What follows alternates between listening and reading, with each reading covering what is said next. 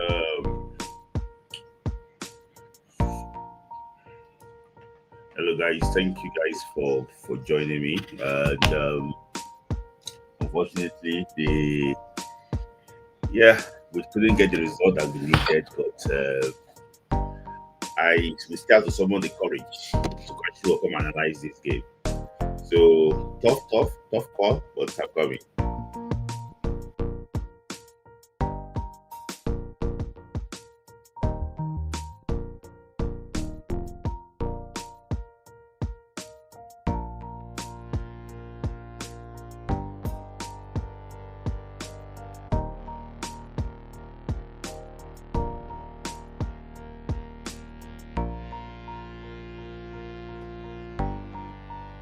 So, guys, so guys, I don't even know. I just want to rush this here and do it quickly.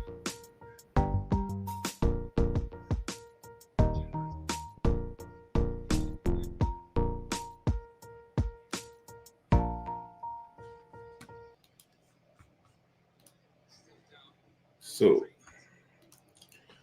thank you guys. My name is Mitlai. So, back again.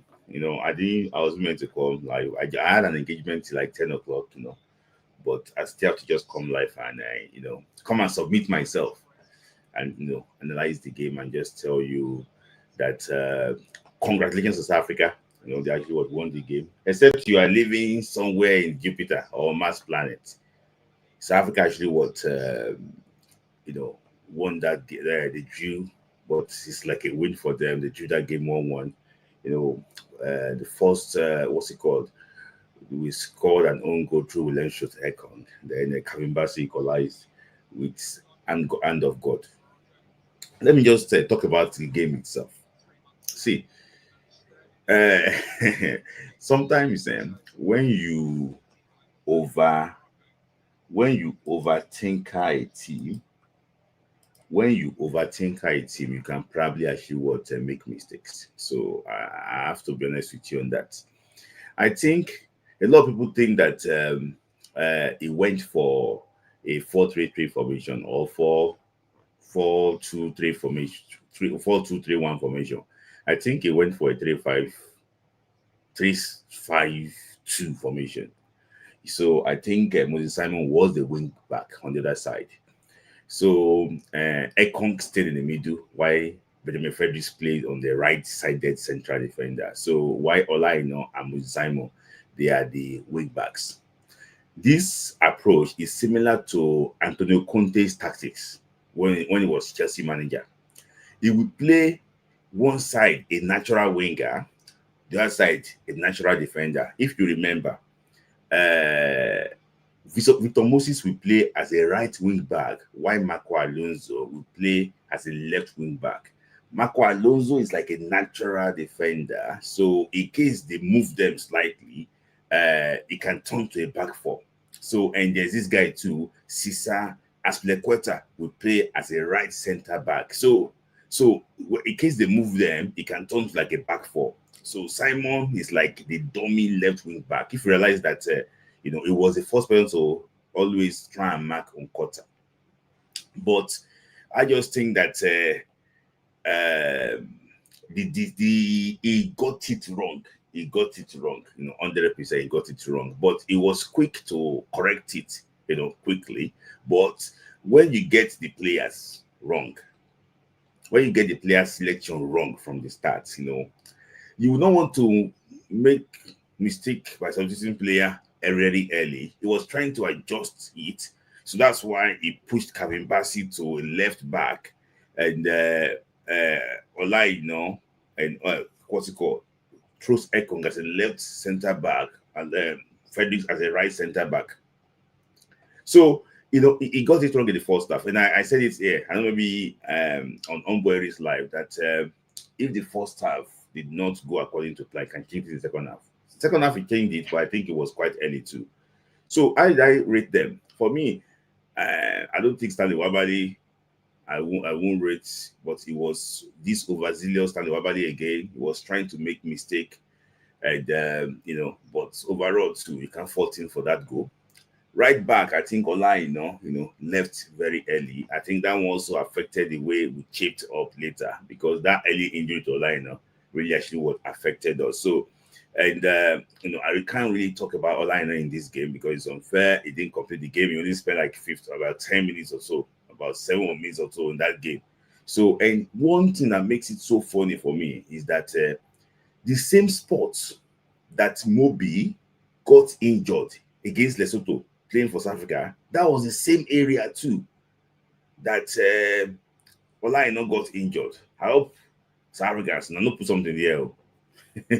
So that is that. For me, I think Benjamin Fred. See, Lesotho should be banned from playing FIFA. Lesotho should be banned from playing this competition again. Lesotho is a very horrible team. Ha.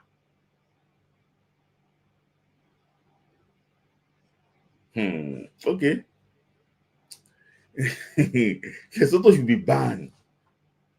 Okay, let's just continue. Because I'm going to go to that type of game later. So that is, for me, Fredericks did very well today. He did what he could today and he performed well. Really actually was impressed with Benjamin Fredericks' performance. Now, Benjamin Fredericks actually was performance, really actually was impressed with him. And also too, really actually was impressed with his performance. And and I have to also talk about William Schultz Ekong. A lot of people have been calling it, you can make mistake, but if you remember my Nigeria FC podcast yesterday, I said Ekong is not really good on the turn, the type of, but defenders struggle on that, but Ekong normally struggle badly, on that type of ball. So running back, oh my days, he always struggle. And people have been saying that if we remove Ekong from this our World Cup qualifier, where do you think Nigeria will be? Well, I won't blame him that much too. But overall, I think since Ekong became the best player during AFCON, Ekong slowed down. His move to Saudi Arabia did not help him at all. Ekong move to Saudi Arabia did not help him at all. And I said it earlier that Ekong is slowing down. Since his move from Europe to Saudi Arabia, that move did not help him at all. And I can say it here, Ekong is slowing down. Ekong is slowing down. So Ekong is slowing down badly. Ekong is slowing down badly. So for me, I think I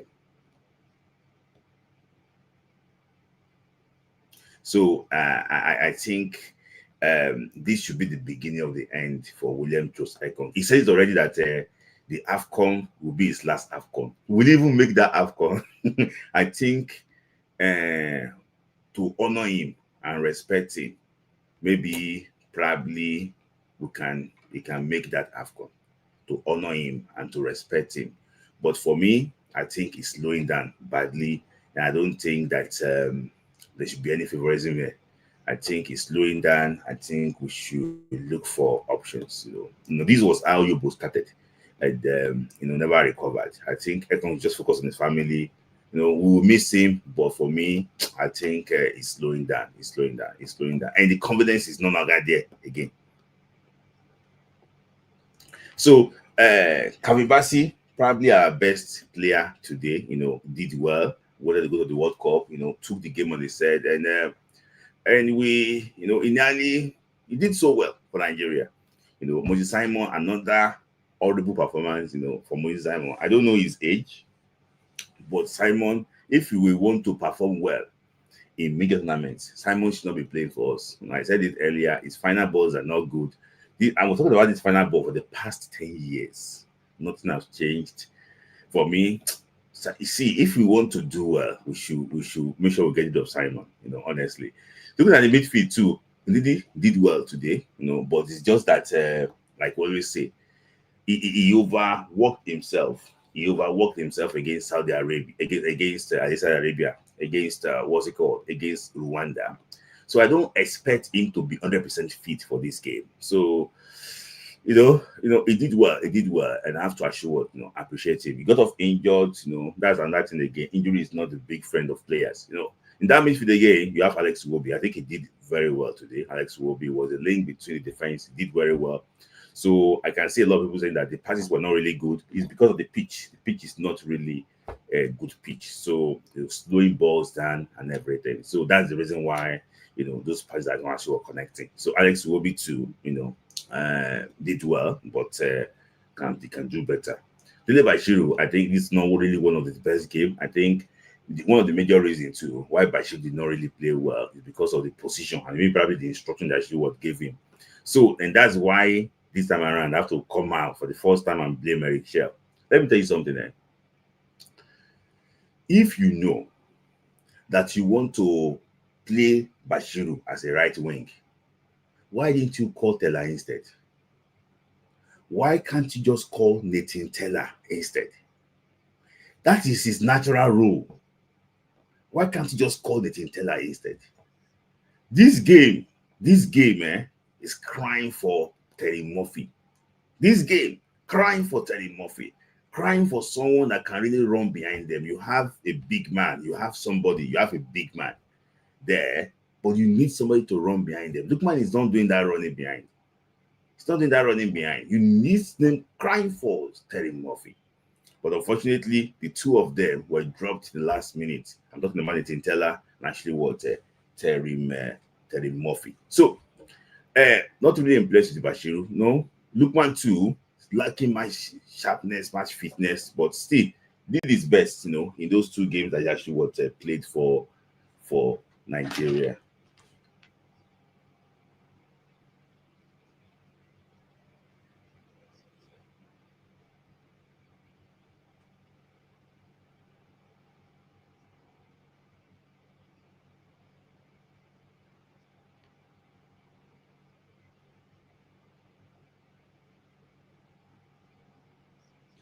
So,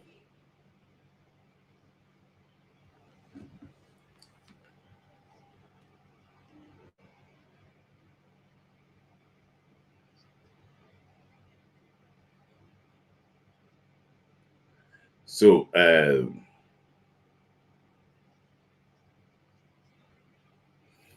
so and looking at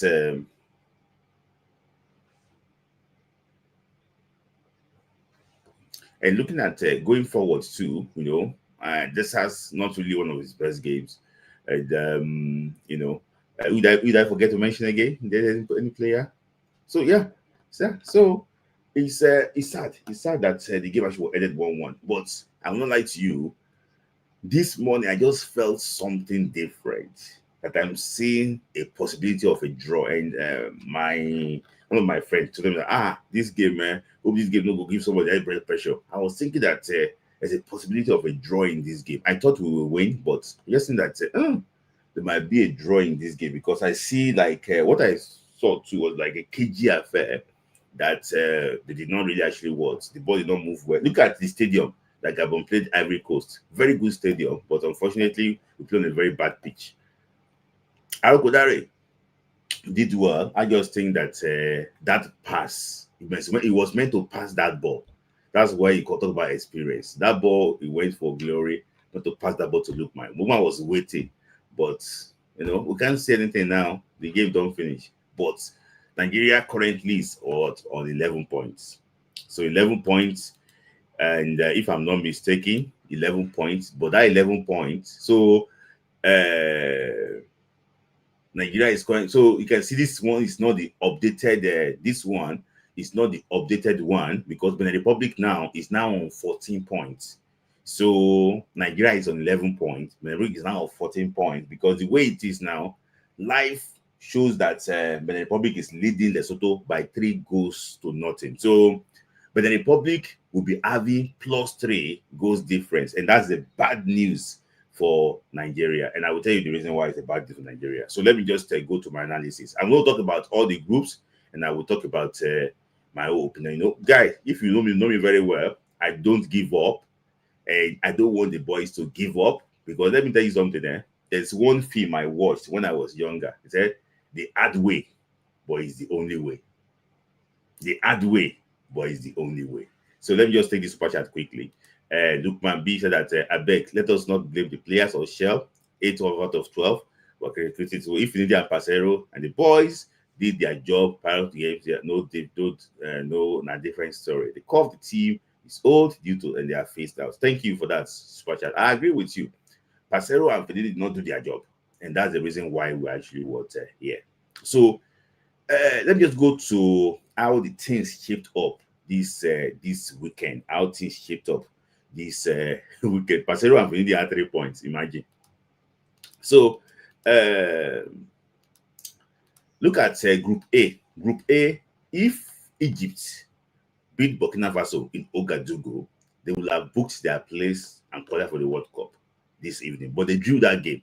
That's why they are on 20 points, and Burkina Faso is on 15 points. Currently, they are on 15 points. So, and if you look at it too very well, you realize that Burkina Faso they are perfectly poised to qualify for the playoff that will take place in November. So let me just tell you something. The playoff will take place in November. It's going to take place in a neutral venue. It's going to take place in a neutral venue. So, and I will tell you who I think will be in that playoff. It's going to take place in a neutral venue. They will play semi-finals and final in that same neutral venue. So there is no home and away fixture in the playoff. There is no home and away fixture. So the winner will now play the Intercontinental Playoff in March next year before the World Cup. So okay, let's continue. So you can see that Djibouti, Ethiopia, Guinea-Bissau, Sierra Leone can still make it, but it's going to be very difficult for Sierra Leone to make it. So that's how things actually was showed up in Group A.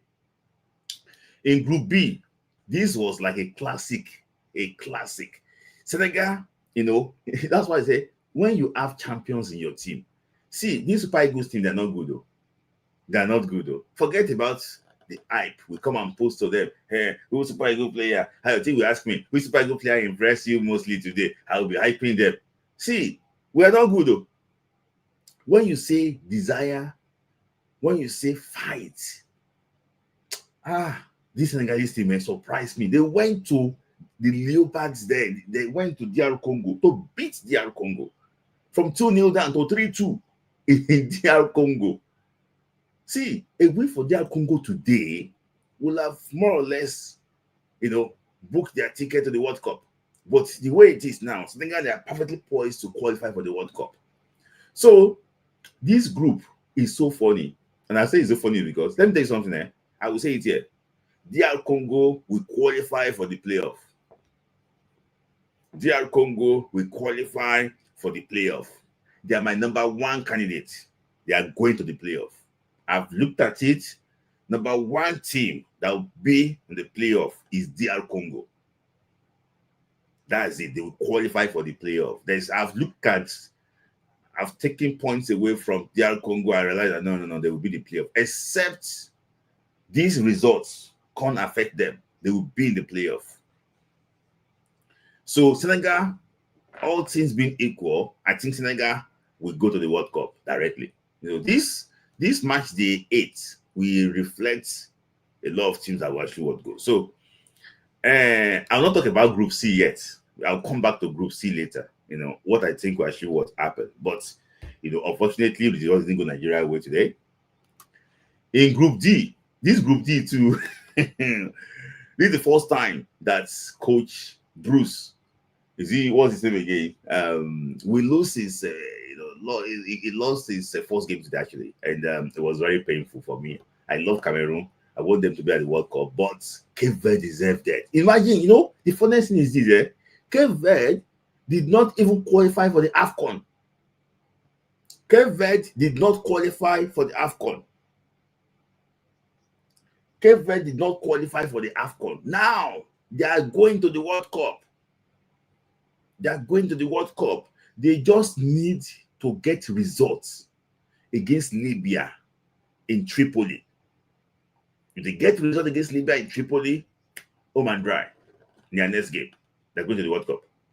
So Libya too, they still have a fighting chance. That's why the Libya-Cape Verde game will be very, very difficult. Will be very, very difficult.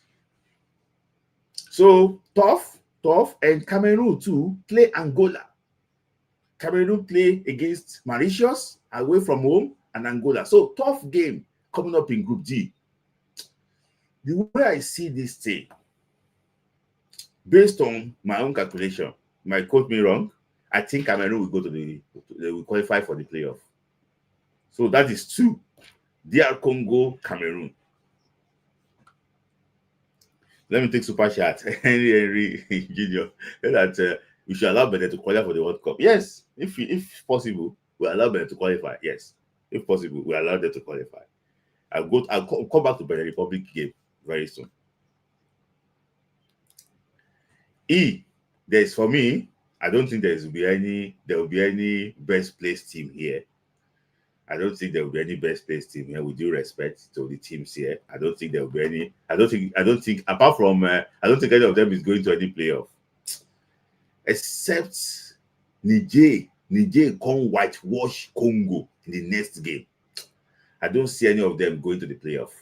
So I have their Congo, I have Cameroon. So, but congrats to Morocco, they booked their tickets. I don't think Morocco will. I think Morocco. I think I don't see anybody going to the playoff here. This one too just finished now. And Ivory Coast on 20 points. Second highest probably in these qualifiers. Morocco got 21. They are on 20. So this is the result that Ivory Coast actually needed just to avoid defeat against Gabon in Libreville. So, and for me, I think they are ready now. These are the African champions now qualifying for the World Cup.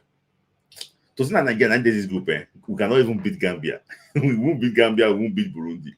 2 of them will not beat 2 of them. So, for me, I think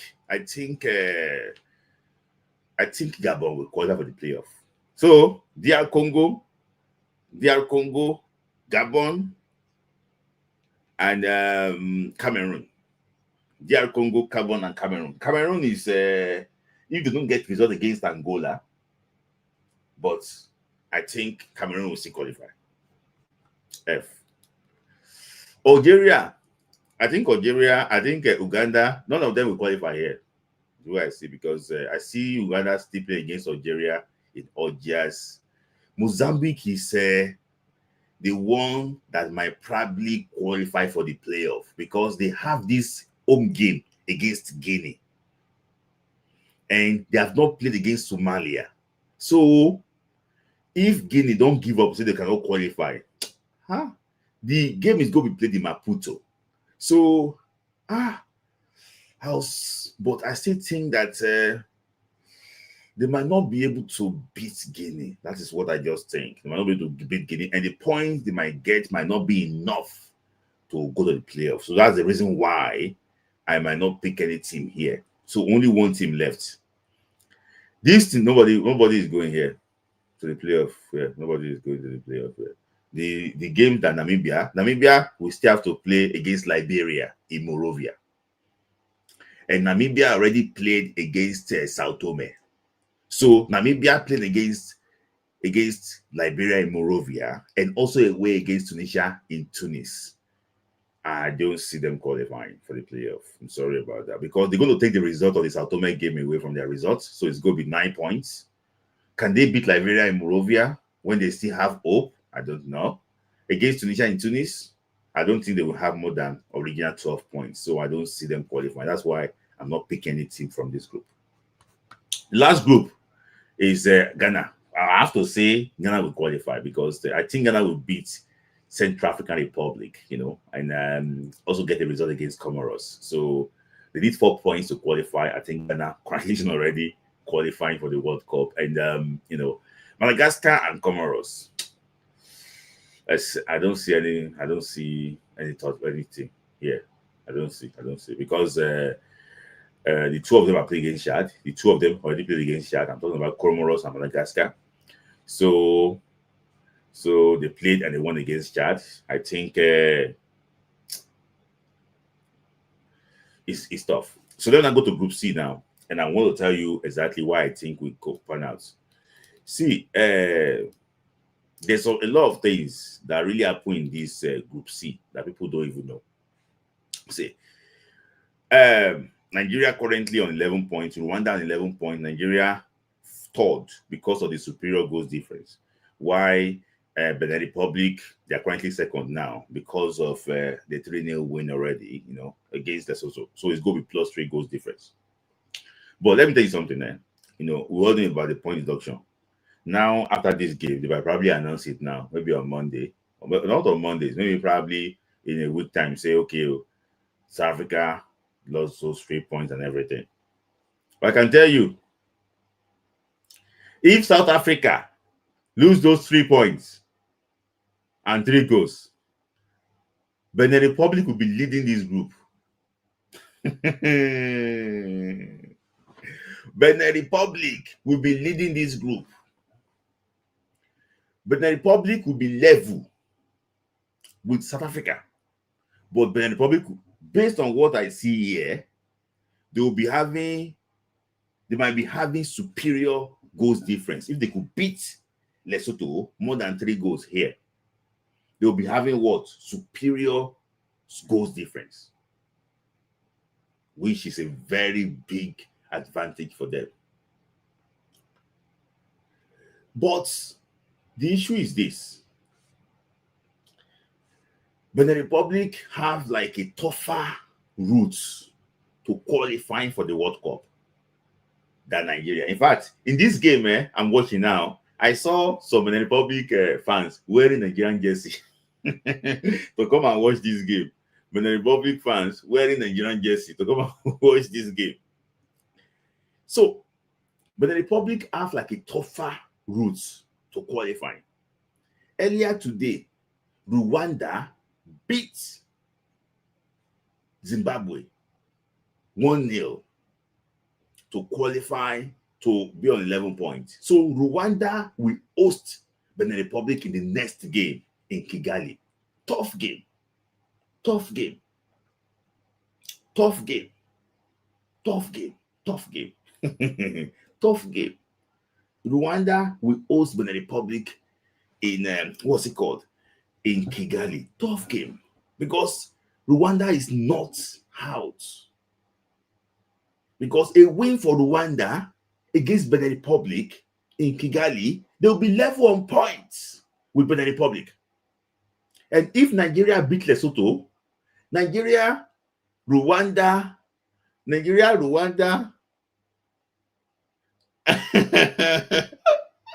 Nigeria, Rwanda,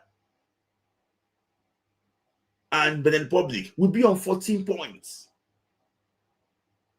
Will be on 14 points. But the reason why South Africa is that because the next game of Rwanda is at home against Benin Republic. I'm not sure that Rwanda government will allow Zimbabwe to use their stadium against South Africa.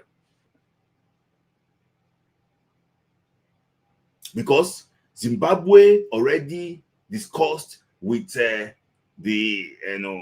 Rwanda FA government about they want to use Amaro Stadium. I don't think they will allow them. Maybe they will ask them to go and play in there's one stadium that will play there in Uye Stadium. Maybe they will go and play in Uye Stadium against South Africa. But South Africa will do everything for Zimbabwe to play that home game in South Africa. They will do everything to play that home game. And let me tell you something, the draw, what's it called? The Zimbabwe manager, since he was employed, he got only 2 points out of possible 4 games. His future is already there. So I know that there's this Kosovo agenda. So I don't think, despite that Mark Niels, his future is on the line for Zimbabwe, I still think that South Africa will beat them. I think that South Africa will beat them. I think that South Africa will beat them. Because I don't see any fight. In fact, how did we draw Zimbabwe? God. I saw them against Rwanda today, saw them against Benin Republic. How did we draw Zimbabwe? Ekong. Ndidi. How did we draw Zimbabwe? Hey, God Almighty. Because if we beat Zimbabwe now, we have been on 13 points. How did we draw Zimbabwe? How did we draw Zimbabwe? Well, that one. Finally, no, they okay. If you accompany your system with Super Chat, we address it. So finally, the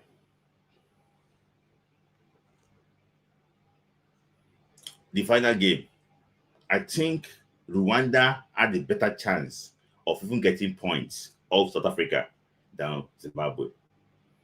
For me, than Zimbabwe. So for me, I think South Africa, if they didn't qualify, in fact, they should sack Hugo Bruce. Well, I think they are already done enough to qualify for the World Cup. So I think they will qualify directly. For Nigeria, the only route for Nigeria to qualify is through playoff, the way I see this thing. Nigeria to beat Lesotho. If Nigeria beat Lesotho, they'll go on 14. If Nigeria beat Lesotho and also beat Benin Republic, will because Nigeria will be on 17 points, but in reality it's going to probably be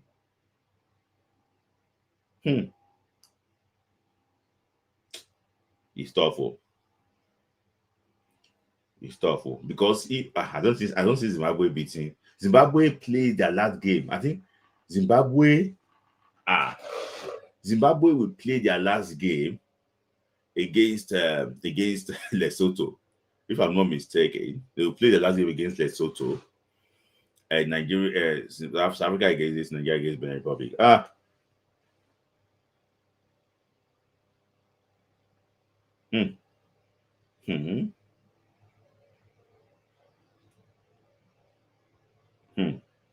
It's tough. It's tough. The road is tough. The road is tough. What you're thinking about here is that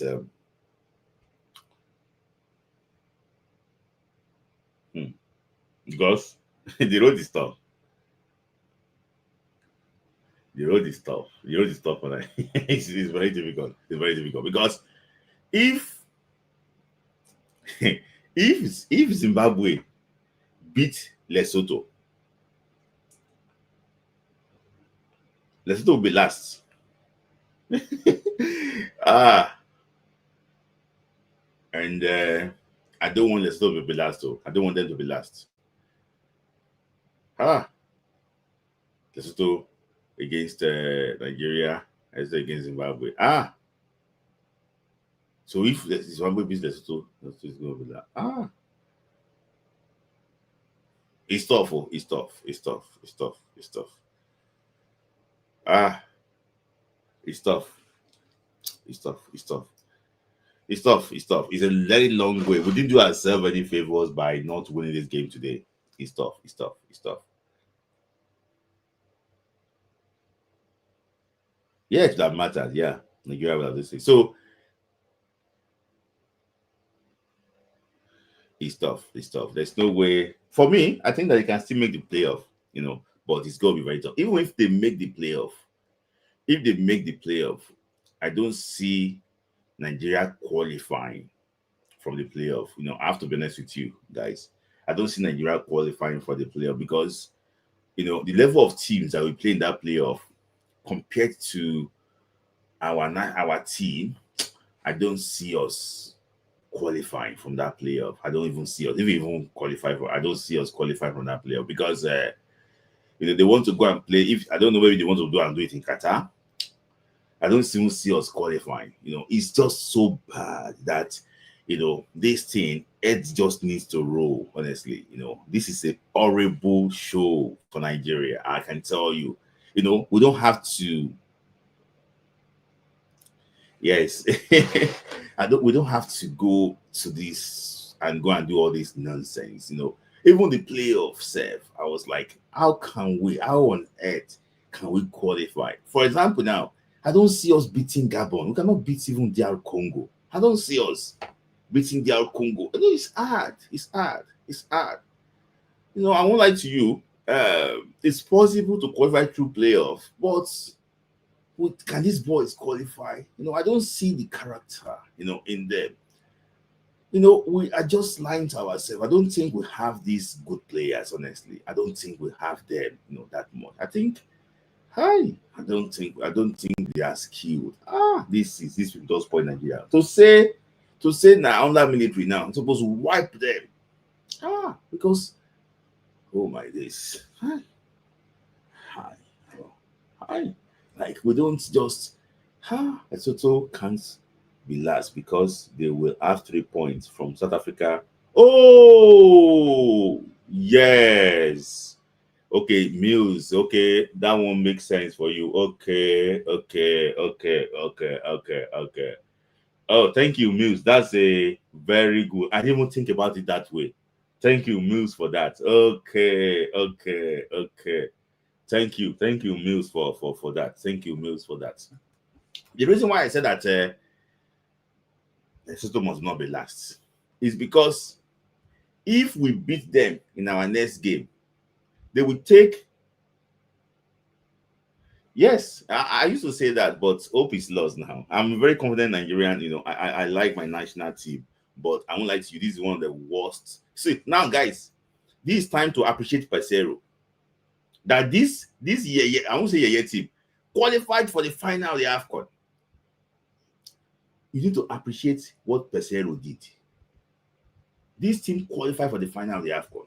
You need to appreciate what Pesero did. I'll post the link. I don't want to spend too much time here. It's horrible. And thank God I ate my dinner before they played the game. So I was just walking and checking the game. I'm going to look at it. But guys, don't write off Nigeria. And I've been hearing comments from people that we should go and focus on not go and use new players. We will regret it. Oh. We will regret it. Oh. We should beat Lesotho. We should also beat Benin Republic. We will regret it. Oh. I can tell you, we will regret it. Oh. When there is life, there is hope. That's what I would just say. When there is life, there is actually what there is hope.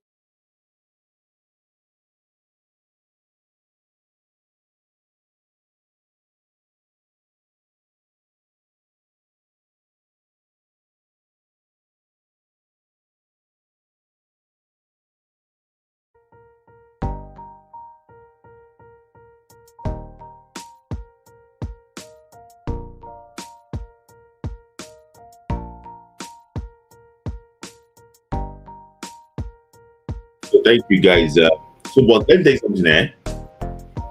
I would not come here and tell you that Nigeria hope is lost.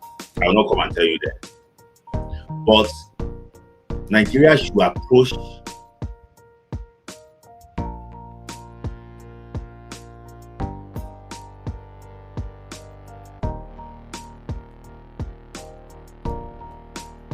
Nigeria should approach the two as like a final. So, guys, the link is already there. If you want to join in, join in.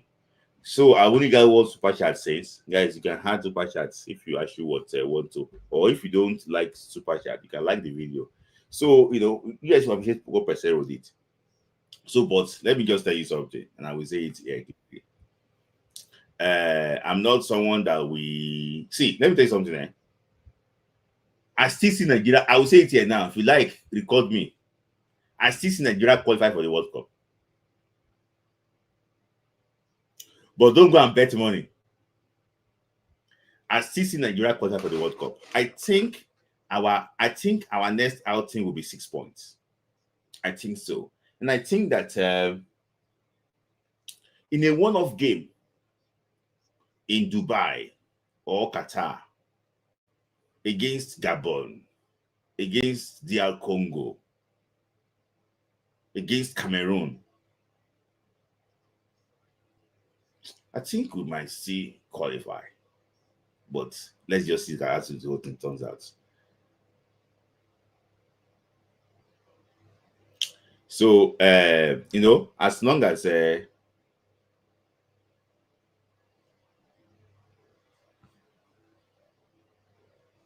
so some of you, if you okay, let me just try and bring this thing on. So I have Ushe. Yeah. Yeah, can you hear me? See, sorry, Timi Adeniyi, it is mathematically possible. It is mathematically possible.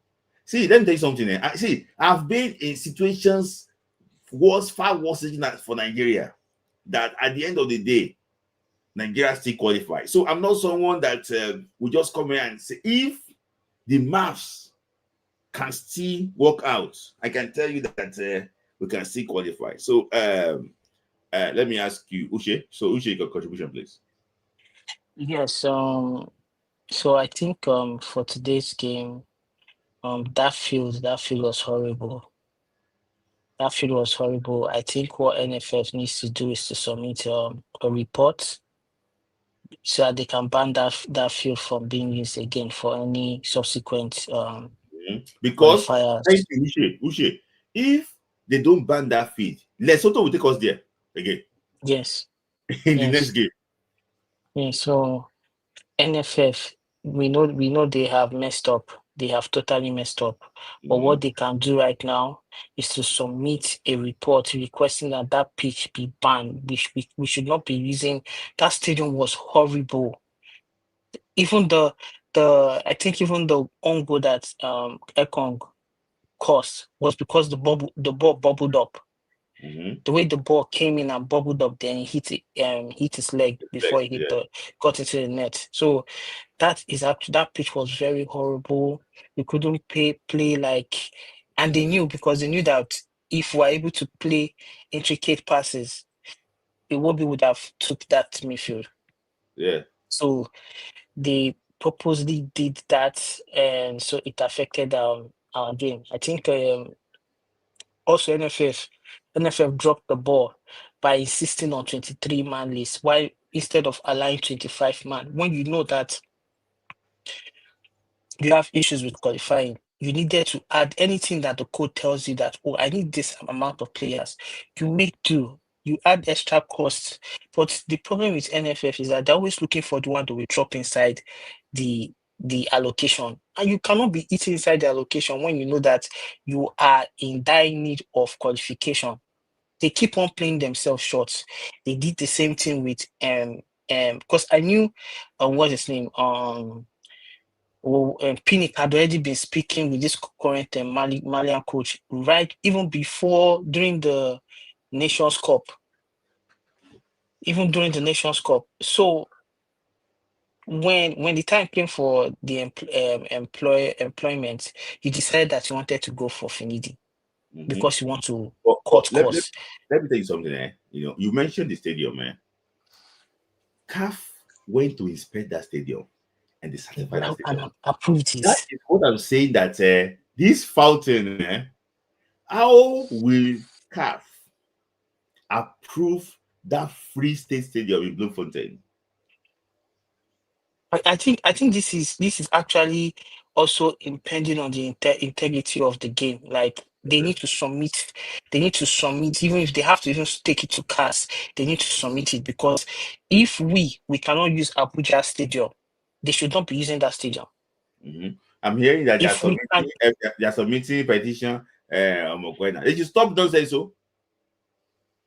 Say be you played submitting today. The NFF complained that he played. They should stop the no, that's not effort in important. futility. No, Continue. that's not important. So what they need to do now is to make sure that that stadium is not used by what's his name, by Lesotho. Mm-hmm. Make sure that stadium is not used by Lesotho. Um, Eric Chell made like a lot of blunders today. Like I don't know why he brought in what's his name, this guy in the second half. This guy that plays left back.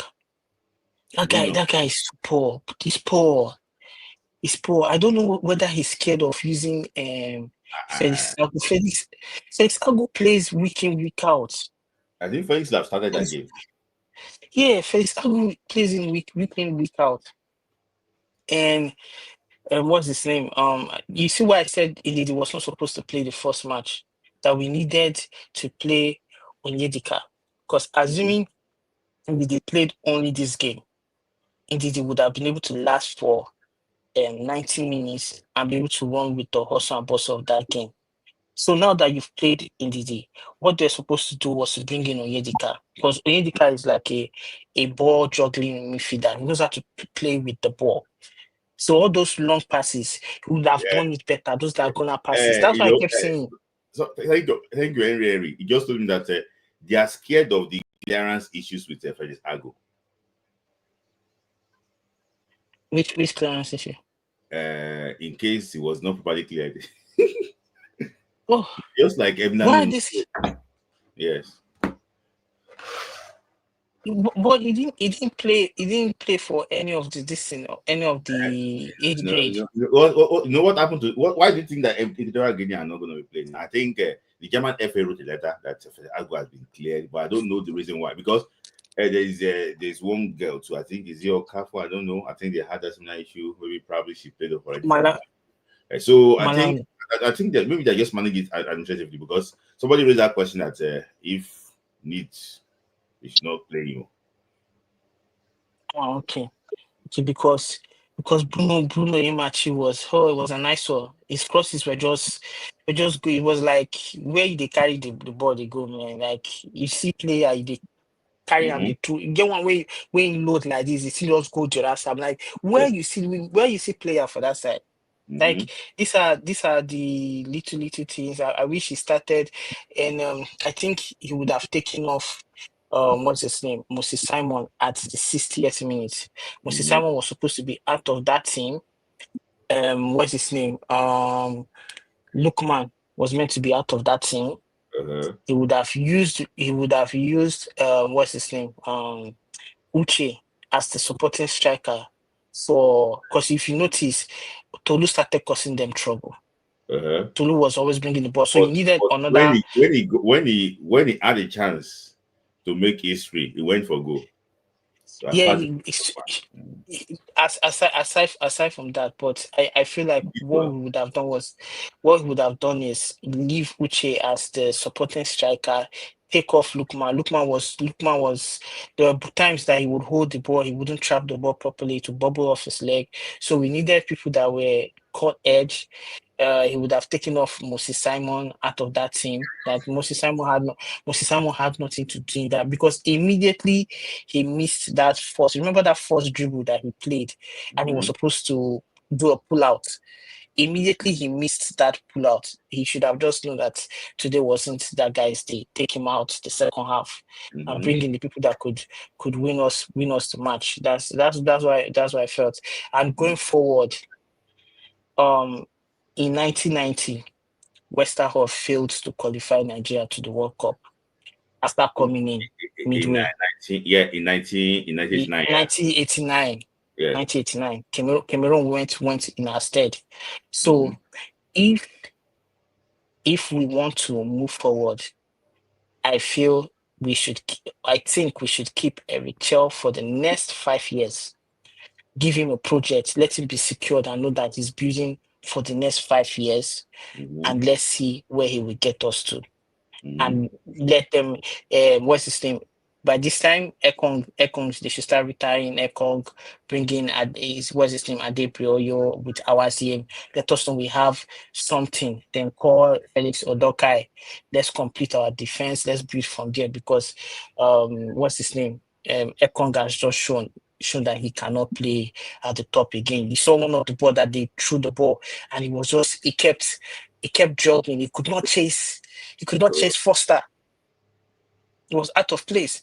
And we should start looking for what's the name, a better goalkeepers. Wabali is not good. We will keep lying to ourselves.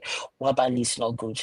If we want to win the next Nations Cup, we should get someone else that would compete with Okoye and then Wabali. Because Wabali is relaxed. You Yeah, saw you saw that you saw that body crossed into the what's the name into the that pull out that South Africa did. There was mhm. no need for him to touch the ball. He touched the ball. I made a mess of it. The one that he was out of his safe zone where what's his name Mbokazi almost looked the ball over his head and he almost scored. So these are the little things. I feel like in this one, Eric Chell just messed up. I think he was self-reliant on experience rather than people that that were doing the job. Like, why wouldn't you play a player that is playing in UEFA Champions League? And was the reason why the club qualified for the group phase. Because if you notice, Onyedika, they made sure Onyedika wasn't even playing in the league so that they could also make sure that he's very healthy for the qualifiers against Rangers, against Salzburg. He wasn't playing in the league. Uh, They'll bring you 15 minutes because they So, knew they needed him in those games. So, um, like, I don't know. before I go to Collins now, being realistic, because I'm one of the most I like to be optimistic about Nigeria chances. And one thing about as worked is that I never underrate Nigeria. Anytime I underrate Nigeria, I always regret it because Nigeria can come out from anywhere and suddenly just realize, see, based on what is here, I have to be honest with you. I don't need to if you don't want to get disappointed. I don't think Nigeria can finish top in this group any longer. No, That no, is we number can't. one. So, and I think that based on what I see, based on my calculation, I think playoff is the best route. But if I'm being honest too, I don't think we have a team that can qualify from Africa through playoff. We even if we qualify for the playoff in Africa, do you know the one that's happening there are about 6 teams and they're doing it based on ranking. So No, if the we qualify from Africa, we go and play against maybe probably Tahiti yeah, and all no, those no, things. no, no, no. You play the corner ball, the people that didn't do well in corner ball, Eh, but, but, half but, but for me, I think playing against Venezuela will not be a problem. this team, Against Venezuela in the neutral on the neutral ground. this team. On the neutral ground against Venezuela. I'm saying See, again, if this we can, team. The problem no, is this team. okay, This well, team. Uh, so thank you, Shay, for analysis. Thank you. You can still come back later, but thank you just hear from Collins and okay, IoT is already here. Collins, let me hear from you. yeah, good evening. Good evening. It's so sad anyway. The result didn't go our way. Yeah. I don't agree. I don't agree with Touche of Wambali. Mm-hmm. And Also, talking about the coach tactics Mm-hmm. is right. I support that. I think the coach was one of the biggest fault for today's game. Mm-hmm. He did a lot of errors. Uh, the defense line, especially trying to play Basse and trying to I don't know what he was trying to do because first of all, Bruno Yemeshi, it might not be very good, but as you can see, we don't have any good wing backs. Smith, you have to be honest, including Aina. They are not doing well. This is not normally. If you remember those days, if Nigeria is struggling, our wing backs they will come out like Udeze, Yeah. Tai So, Taiwo. it was a left back for Nigeria. Yes, I mean, both left. Sometimes we still see Oshidi Odia and those guys. So none Yeah, of these guys are. they are not wing backs. Yeah. Yeah, I mean, that's what I mean. Fullbacks. We don't Mm-hmm. have good fullbacks. That's what I'm trying to say. Mm-hmm. Aina is a good fullback, but he's not doing it as a good fullback. You know, you don't expect a player of his quality at this stage that he will get to the wing, and we are not sure of a good cross. You know, is if you see his quality, he should be in the level of Zabrota or these big boys those days. When you get there, you are expecting good crosses. You don't get it from either the right or the left. Sometimes Osayi or even Bruno, whoever they brings in, I don't know why. Then that's very poor on the players. Then in the team generally, I expected this man to know that the South Africans are used to our wing. That is the tactics. They have done it in the Nations Cup. They know how to lock our wings. Nigeria is very, very popular with the wings. So, the days of Moses, even Bruce have suffered in the hands of Moses, Victor Moses, Ahmed Musa, these guys from the wings. Is very much aware of Nigeria. So the wings wouldn't have worked. It didn't work in the Nations Cup. It's not about whether you use Chukwueje or the rest. What I expected is he should have powered that front line with the two men, Christantus and Arokodare, at the same time from the beginning of the game, because that is the only way we could have been able to destroy South Africa, because they cannot contain that two height and two strength. That boy, Christantus, he should know that the reason why his club pushed him from the midfield to the attack is because he is not a very good midfielder. You understand? He's not a very good midfielder. This is Spain. This is Spain. I agree with you on that. Yes, in Spain, this is masters of midfield. If you are good, they will. You see, like Spain or Italy, if they give you a midfielder, is a gold. Just like the days of Onazi. If any midfielder comes out from those places, they are good. So if you see that they don't play this guy in the midfield, know that there's something he's missing, and that's why they push him forward. Put him forward. Then shock your midfield with natural midfielder like Onyedika. You just need Iwobi to be in the midst of any midfielders that you have.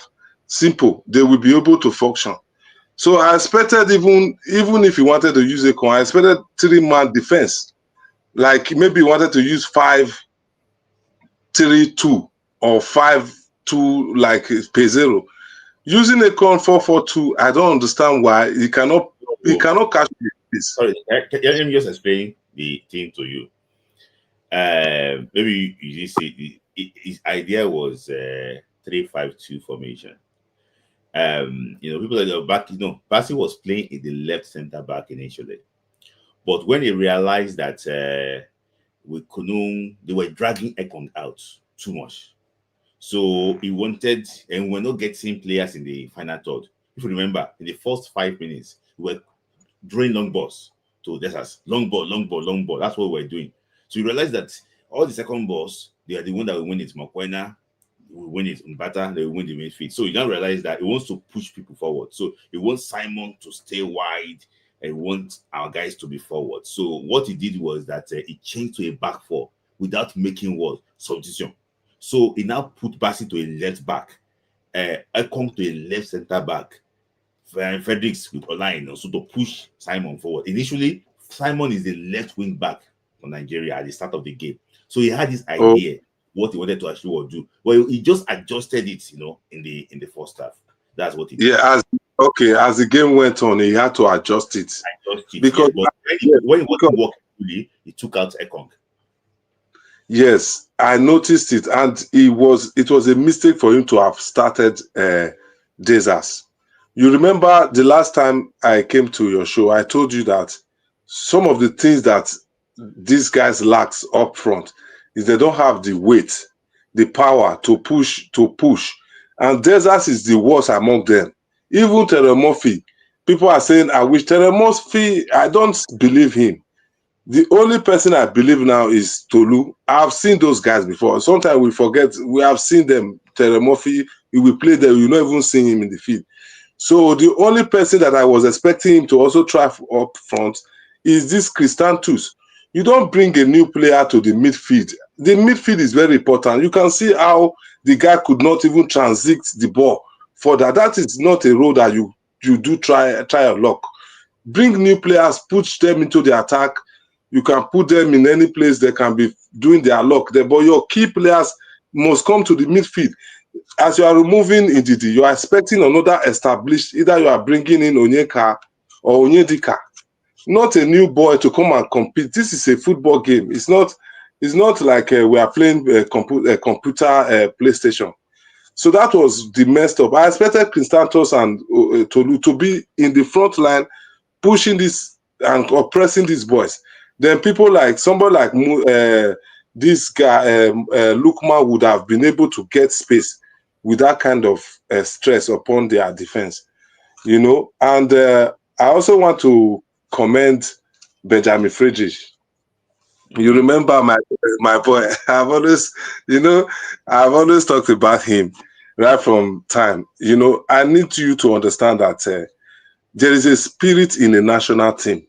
It does. If you are playing in the national team from under 17 to under 20, especially under 20, don't underrate that stage in national team football. It's not far from a main team football. When I was playing my football, I played football in Italian leagues, and we used to play. I remember the first year I was playing with the Serie G team. We used to play our second team, sometimes our young feeders team. Sometimes they will beat us, they will just beat us. I remember we played in the Prima. This Balotelli was in Inter Milan's Primavera. Primavera is like a feeders team. Yes, yeah. Yeah, I was playing with a team called Grosseto. It's a full team, a full-up team. We played the Balotelli as they were feeders. They beat us 7-1. So I want you to know that, yes, I want you to know that at that stage, football is not, there's not too much difference. That's why you see that transition should be coming early. If we had this boy, that Northern boy, that was part of that team, Mohammed, I think what's his name? I think Mohammed, the one we used to call the number 7 of that under 20, that Friedrich team, that number 7, that's Mohammed. Is he like? Is he? Are you talking of Musa Yahaya? No. Recently. Is that Osaki? No, not Saki. Mohammed, the guy that scored against Argentina. Oh, okay. I know the boy. He's just like Ahmed Musa. He has the stature of Ahmed Musa. Very technical, very good player. Those guys, they need to be bringing them quick. They don't forget, even if they're in Oscar League, bring them. We don't want to use this league anymore. South Africa is beating us from a local league. Bring the boys that we know. It's just the secret. Bring back the young Wakalis. Bring them. We saw them play against Atletico Madrid, and they took the midfield from them. So if we are now expecting that if they are not playing Man City or we cannot use them, that is what is killing our football. I must tell you this. Before I actually let you go, let me just say something to see. With due respect to, you've made a very good suggestion, but all these boys, see, they are not ready yet. Some of them are not ready. See, let me tell you something. You've mentioned us bringing. Not that Benjamin Chameni was part of Nigeria 23 before. The national progression for him is to bring him into the national team. Siaminu was one of the people that took us in this situation, that made us to be in this situation that we are in today. That one is not talented. We did not know him. We are talking about the ones that we have seen played a what under 23 before now. Like, yeah. So see, the problem with Nigeria is very, very big. And I understand the point you're trying to make, that we're trying to get Fredericks now and we're happy about Benjamin Fredericks. But with one Fredericks, we have 20 Bamayis. We have 70 Bamayis, with due respect to Daniel Bamai, we see the problem. When I came here to say that we don't have enough talent again, people say that I should go and say, my brother, if we are not careful, we'll be like Togo. To qualify for let me tell you something. This AFCON, now God just used that suspension, that Libya, to cover the whole thing. No, we never miss out. Yeah. Yes. That thing, we never miss out. See, we have the fewest points out of the group leaders. We don't okay. We don't have to. We just have to. I want to quickly say one thing, Smith. I understand what you are saying. What I notice is this.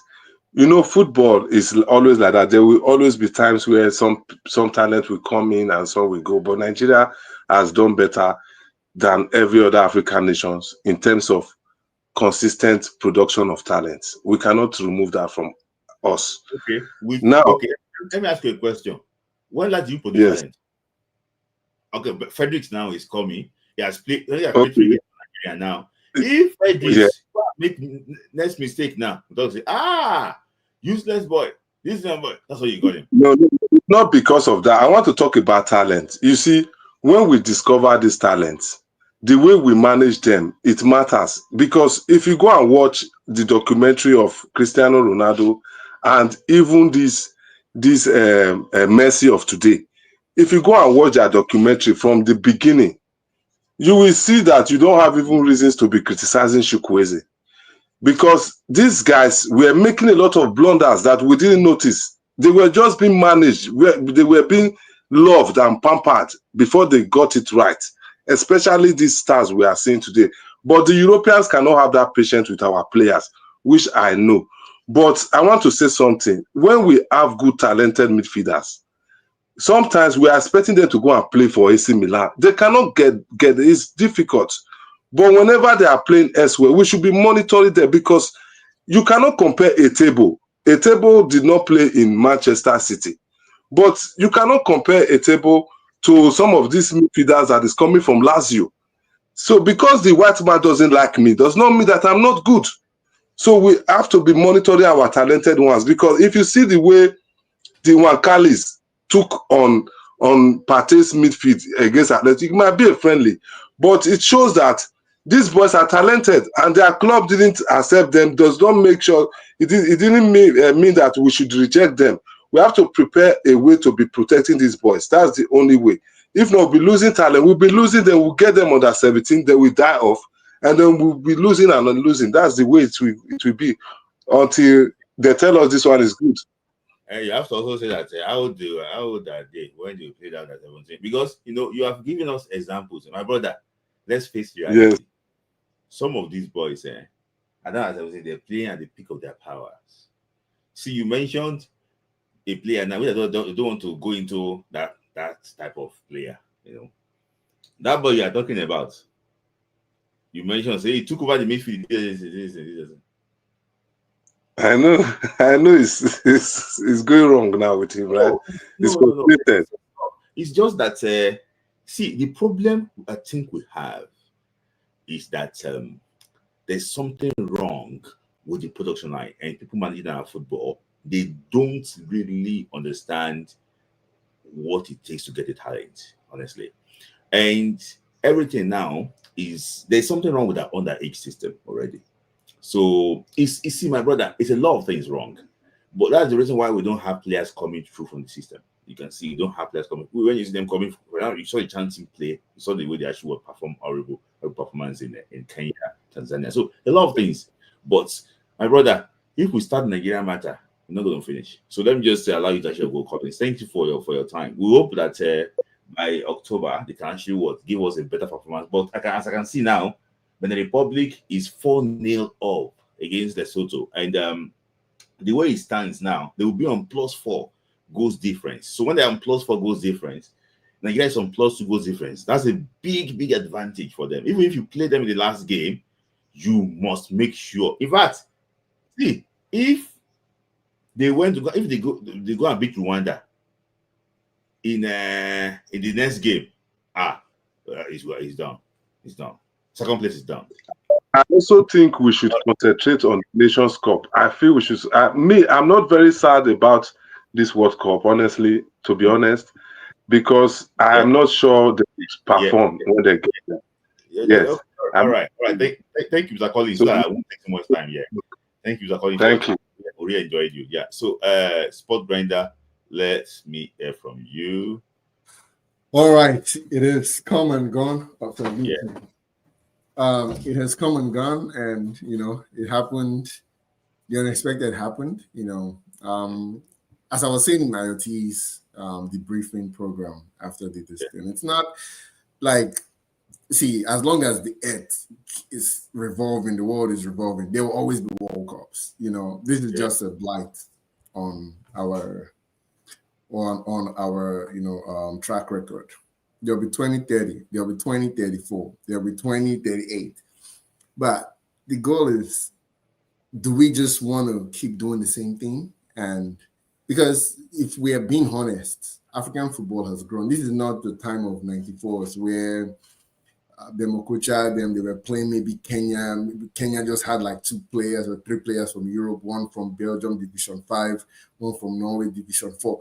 And, they could just steamroll teams and qualify. Now, World Cup qualifiers are tough. And as long as it's 48 teams, it will always be 9 groups in this setting. At least the first 4 teams in each group, like pot 1 to pot 4, they will there may be a little difference, but they'll be very close. Like there will be a lot of tussle. So it's going to be hard. We can just say, we'll start again next year. But there are so many things you have to consider. What does starting again, qualifying for 2030 entail? We have to have a good youth system. If we don't have a good youth system, we have to have a good league. Like the other guy was saying something, the Europeans don't really rate our boys. We should not discard them. We cannot say we should not discard them. Usually when people, if you look at Scandinavians, when they travel to mainstream Europe, if they don't make it, they go back to their league. They always find a club there to play. So they are still in the system. But Nigerian players, because the league is bad, then nobody wants to go to Europe and be like, I'm coming back to Niger League in somehow like not in the twilight of their career, but like in the mainstay of their career. It's looks somehow. So they start wandering around Europe and they never settle, and that's how they get forgotten. This is where planning comes in. NFF. We need to have a good scouting system for under 20, but we already know that the under 20 Cup coming, it's already plagued by very, very contentious selections. So we don't even have a pipeline for players. So we still have to come back to get, let me not say leftovers, but the diaspora people that cannot play with their main countries. And you see how it takes time with Tosin. Good luck getting them like 3 years before a World Cup qualifier. So we don't even have anything in the pipeline. So that 2030 World Cup, I can even say we may not even qualify for that if this is the same NFF. Like we may not even qualify for that because Gusau is about finishing his second term. I can guarantee you. His first term? Yeah. Okay, it doesn't even matter. When he finishes his second term, the guy that will take over from him is going to be that shady guy. If we didn't qualify for the World Cup fully, when it's official that Nigeria is out of this set of qualify for the World Cup, Guso will not get second term. Smith, see, you and I know Nigeria. That guy is for sure. Like, we can make a bet here. I can Like, tell we you. can make a bet here. I guarantee you, Gusau, he may not even have a position. Or if he has an No, opposition, it's someone that they will even plant there for him. just like Nigerian presidency, 2 years, I mean, 2 times top, 2 times down. Okay, So two another times. person is already warming up. For example, now the way Nigeria drinks against Africa now, I can tell you that some people are pumping champagne already. But, for him getting off, that Nigeria will not qualify, so that they can look for a way to get rid of Maranguzo. That's it. When Nigeria lost to Ghana, people had a party that Amaju will not go for third time. At the end of the day, there's politics involved now. Some people, yes, there's politics involved now. That there's politics involved, but it's still Amaju's boy that still entered this thing. So it's the combination of whatever. Yeah, there's Amaju. There's I don't know how would I describe this thing. Just that Amaju. For example, now it's just like you say Jacob's voice, Esau's, and I don't know where you look at that. Yeah. So it might be Amaju, but this guy, he gets his own. So that is it. So his own people that are underneath, they are the ones that are it's not there. That is it now. You go to his appointment now, you will know. Yeah, because I know he's a strong guy because he once contested for Zamfara State governorship or something. So forget about all these five matter. The relevance is for him to get a PPC ticket and because forget all those people. See, he doesn't even know who's let me hear.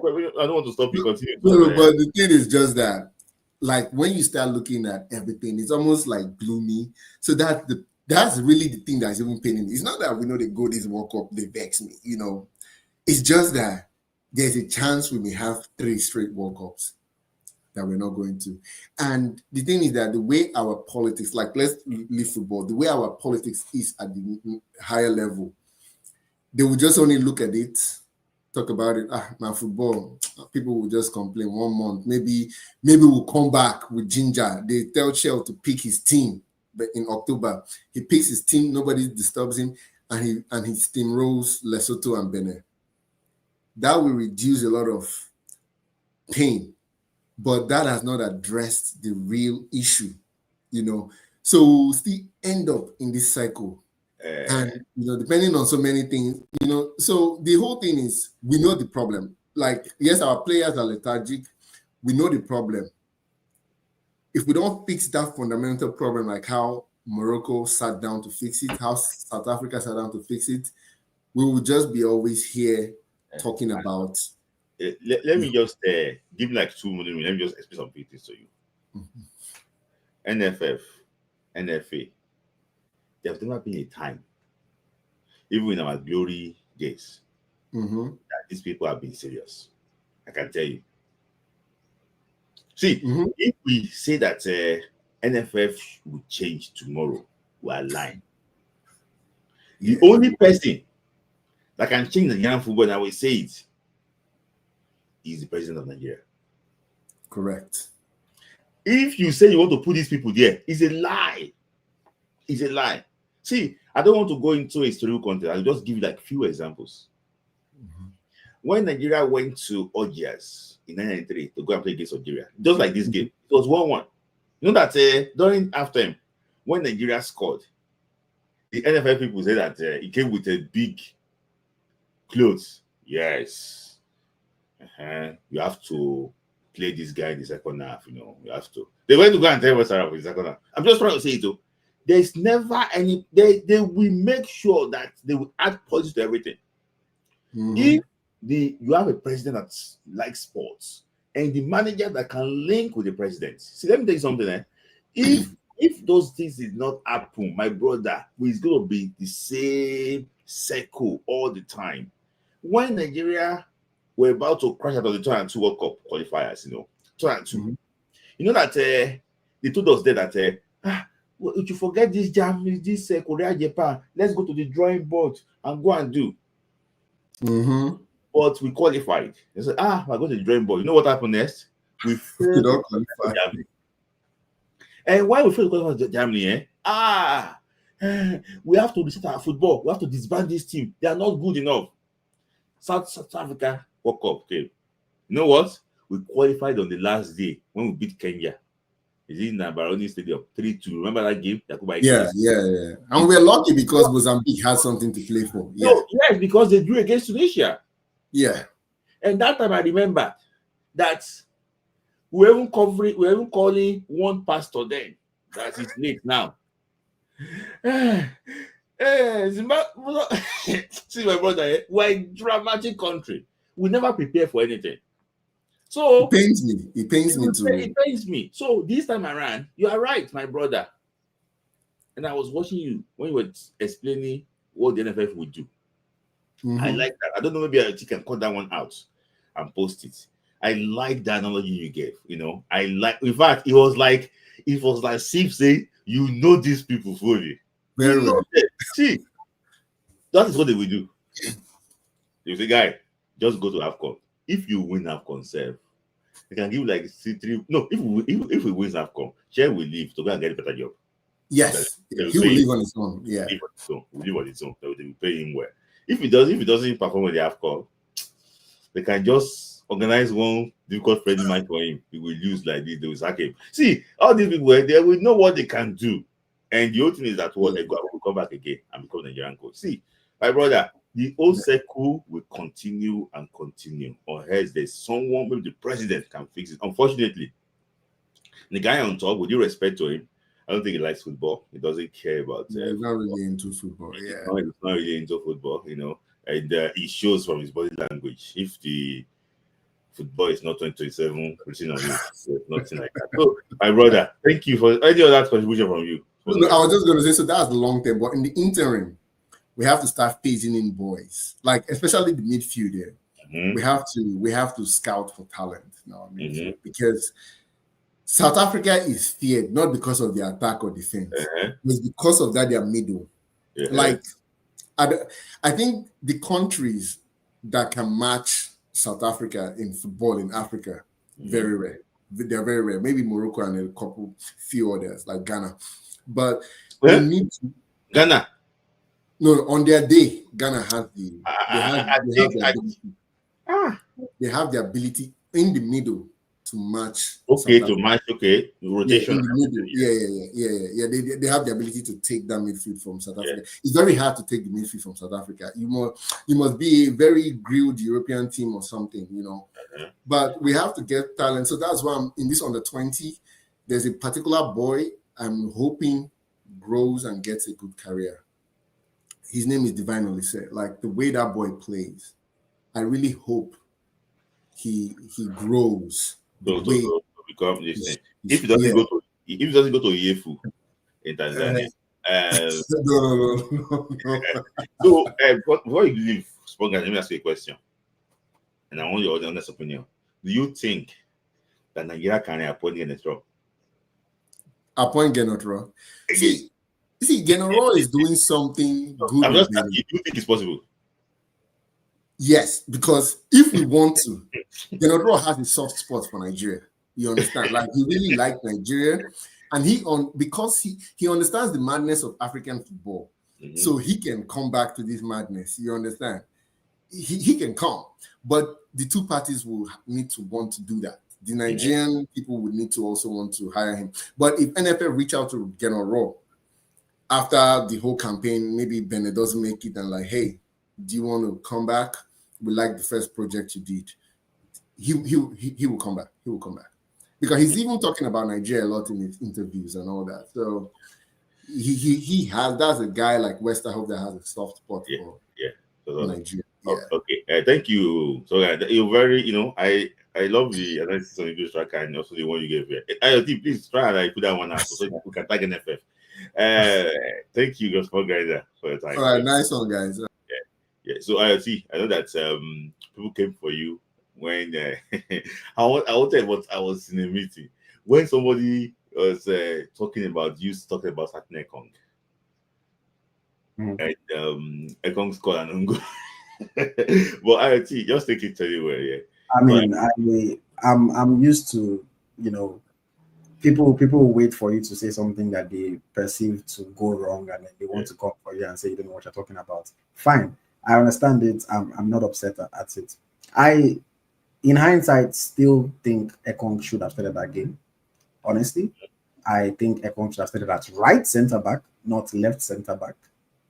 But doesn't mean that Ekong did not make an error and score an own goal. He did. I mean, there have been games where we definitely all knew that Osimhen should have started, but Osimhen went and missed chances. There's been games where we all thought Lookman should have started, Lookman went and missed chances. There's been games where one person or the other that we all thought should have started went and made it, had a bad game. It does not mean that person should not have played. I think that the coach played Ekong out of position because he was trying to pay too much respect to South Africa by playing Calvin Bassey at left back. If he knew that he wanted to play Ekong, he should have just played him at right centre back. But again, Ekong made the crucial mistake in that game, so everybody wants to pick on him. Fine. I think that Ekong has played himself out of the team. I do think so. I think he has played himself out of the team. I think the coach is going to trust Benjamin Frederick and Calvin Bassey more moving forward. We know that Ekong said it himself. He would have retired from the national team in the past. So maybe it's not a bad thing for him to get phased out. Now that we're probably not going to the World Cup anymore. Okay, fine. Let Benjamin Frederick come up, young player. If he can deliver, he can deliver. I'm of the opinion that Benjamin Frederick still has parts of his game that he needs to improve on. He nearly got caught out in the game today, but because he didn't get to a goal, nobody's going to be upset about it. So I think that he has things that he can improve on. But the boy is the future of our defense. Unless we find another centre back from somewhere that is very impressive and comes into the national team and can play, the boy is doing quite good. In the second half, he really upped his game from the first half, and he handled Lau Foster quite well. So yeah, and people can say what they want to say. Like everybody, at the end of the day, that's why it's an opinion. Everybody is entitled to theirs, So I think it is what it is. For me, I said it on my show. I'll say it again. I've lost hope. Hope. I do hope that something changes. Somebody says Benjamin is a rare talent. I don't want to sound like a Debbie Downer, but again, this is the thing. Nigerians will come and say, "Oh, we're hyping our players too much." Then you have a 20-year-old that has 2 good games, and then you start to hype that person to the high heaven.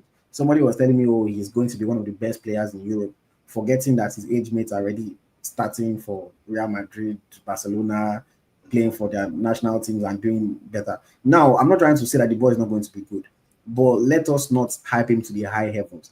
Give him his due praise for what he's doing, but let's calm down. Because the day is going to come that himself will make his own mistake. Hopefully, we don't turn on him at that point. It's normal in football that players make errors. Unfortunately, if you're a defender, your errors are usually highlighted more because your errors are more likely to lead to goals. But yes, my hope is gone. It will take a miracle for us to qualify, but I'm a child of God. Miracles do happen. Miracles do happen. So I will stay cautiously optimistic that something can change. I don't know, Benin can lose their next 2 games. We have to beat them, of course. South Africa can somehow lose their next 2 games. Stranger things have happened in the world of football, but it doesn't look plausible really.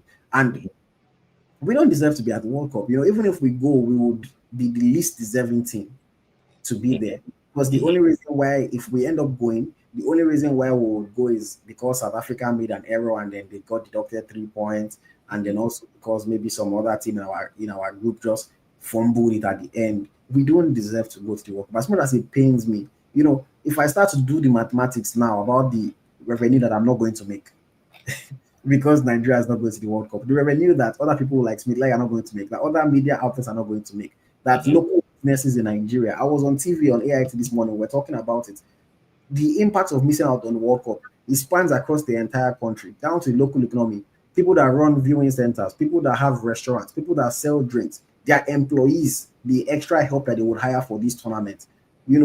There's so much that is not going to happen because Nigeria is not going to World Cup. Media, even self jackpot, people that want to jackpot, this is an opportunity. Even if in Mexico, you go find your way to. So it's unfortunate. It's unfortunate. We hope for a miracle, but Smilayi, man, you've been so sure from the very start. You've been so sure.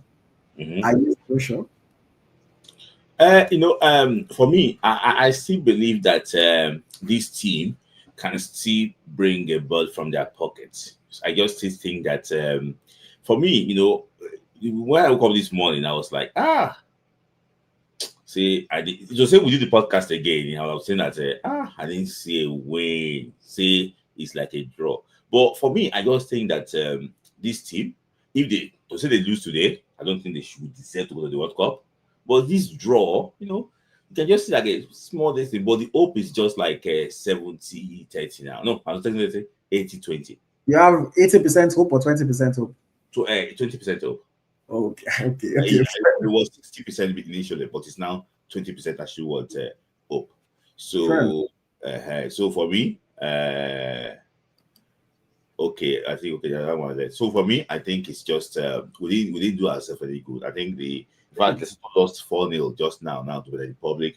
We couldn't And beat that's the Lesotho that we drew against. They drew against. So you can see that the team that should take business, for example, now Rwanda had to beat Lesotho. They had to do business and beat Lesotho, but all these small teams we couldn't beat them. The ones that mattered most we drew against South Africa. But if we had maybe probably beat Lesotho and Zimbabwe at two, we're not talking about this situation. Talking about maybe probably us on 16 points too, or even 17 points along with South Africa. So I think we went to Rwanda to beat Rwanda, away from home. Difficult place to actually want to go. But it's just difficult. It's just difficult to see any part of Nigeria. So can I ask you a question? Sorry to interrupt you. Because I know that you've been a fan of Eric Shell since he got appointed. And I'm not trying to throw him under the bus, but why do we find it hard to create chances and to score goals? I look at the game today, other than the goal that we scored, that was just Calvin Bassey just deciding that I'm going to go and do it myself. And then we scored a goal. The game against Rwanda that we won 1-0, it was just a scrappy moment, and Arokodare happened to be right place, right time, put it in back of the net. In today's game in particular, we did not create opportunities. We had some moments where, okay, the ball broke out and we were running, and it's like, okay, well, let's see what happens. Nothing happens. We don't create anything. Arokodare had that one that he tried to put it in from the tight angle where, okay, you might say he should have caught it back or whatever, but he tried to put it in. Why is it hard for us to create chances under Eric Shell? Or is it a general thing regardless of the coach? No, for me, I think if you look at the game against Zimbabwe, it was very expressive. It was, playing expansive football. It was creating opportunity against Zimbabwe. But still, we got opened up towards the end of the game, and we actually we drew that game. In fact, we never even lost that game with Uyo. And I think that after that game, I think he learned some few things after that game. That's come on. I don't think they can score goals. The better is to control the game. And I think him not trying to allow those boys to express themselves, to even to play his tactics and dominate opponent the way against Zimbabwe, I think it's like a limiting, what the boys can actually do. So after the game against Zimbabwe, the team stopped creating opportunities. If you look at the game against Rwanda, it was a controlled performance. He turned on the screw, started the second half. After we scored, it went back to like a normal shape. So, in my opinion, I think just trying to control the result of the game now, because this time that we are here now is like a very difficult time that the result actually what matters. So, I think that is what he's trying to do. So, for me, I think it has to do with his just trying to actually control the game by himself. Yes. For me, the reason why I don't absolve him of blame the coach is because against Zimbabwe, I thought that was his fault. He tried to push for a second goal when he could have managed the situation. He made a judgment call, costing us. And today I think he started a bit too conservative. Respect South Africa a little bit too much in a must-win game. South Africa were fine getting the draw. We had to win, and we went there playing our center back as left back, and trying to conserve. Even though Bassey was playing at left back, Olajuwon wasn't still pushing forward. Olajuwon was still playing fairly conservative. I mean, he did go forward more than he was going in the Rwanda game, but And then we ended up playing Ekong at left center back where he doesn't know how to play. It ended up costing us because a left footer in that Ekong situation will just use his left foot and kick the ball away. But Ekong probably was not confident using his left foot and tried to use his right foot and then put his back of the net. So while I can blame the player for making an error, I think I have to look at the coach and say you made judgment calls that ended up not working in our favor.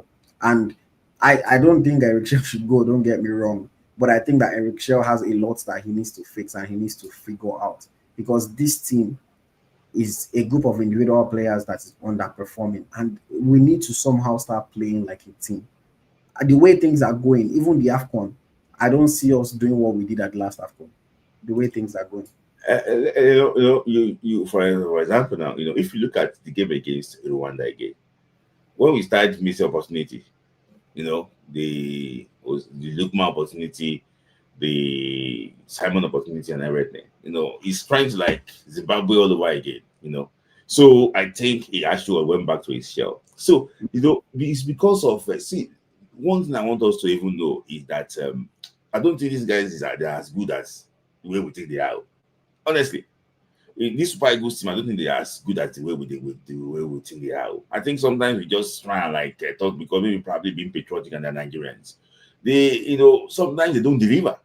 They don't deliver. So, just look at it. For example, now you have been talking about Uche Santos not being a midfielder. Today, he looks like an MPFL midfielder.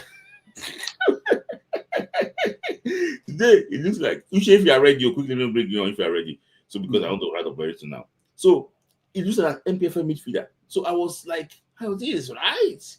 Like this guy plays as if he has never even played midfield before in his life. He was just falling like a pack of cards, So I looked at it that this guy. So I just think that a lot of things are wrong with this team. I saw Gabon play against Ivory Coast. I was wondering that even if God help these people, they qualify for playoff, they play against Gabon. Look at the way Gabon is playing like a team. Gabon will punish these people on a neutral venue. Yes, I saw Kanga, I saw purpose with what they are trying to do.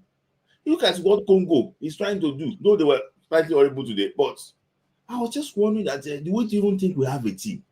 Or it's just Victor Osimhen's team? Because I see it was starting to say that this team is like they have radio. When you thought about if you take this guy out of our team, take her out of our team, who don't remain? That is it. See, we have big problem, and all those people with a big cap in Abuja thinking that we have the talent. Now coaching is the problem. They should go and sleep somewhere. See, with problem. See, I want to let Uche talk. With all due respect to our Nigerian players, I've always said that a team is only as strong as its weakest link. And we look at our team. Yes, we have the Osimhen, where when Osimhen is on the field, we play Osimhen and Inshallah. We have Ademola Lookman, who is a CAF Player of the Year winner, but we know that Lookman is not at it yet this season because these were his first 2 games to try to get going. Today, he wasn't really that good. And then the rest of our players are either players that used to be good or players that are getting good. Calvin Bassey getting very good, Ola getting very good. Ndidi used to be good. Simon used to be good. It will be average, kind of thing. But but we look at our team, like people like everybody shouting Benjamin Frederick, like our second best defender is center back is a player that has played 4 professional games in his career. Like, is that really the level that we're at now? And this is not a knock on Frederick, this is a knock on the entire team. That is it really our second best center back and he has 4 professional games in his career? What does that say about the strength of the squad? Because no matter how good anybody thinks Benjamin Frederick is right now, let's not get it twisted. Frederick is not amazing.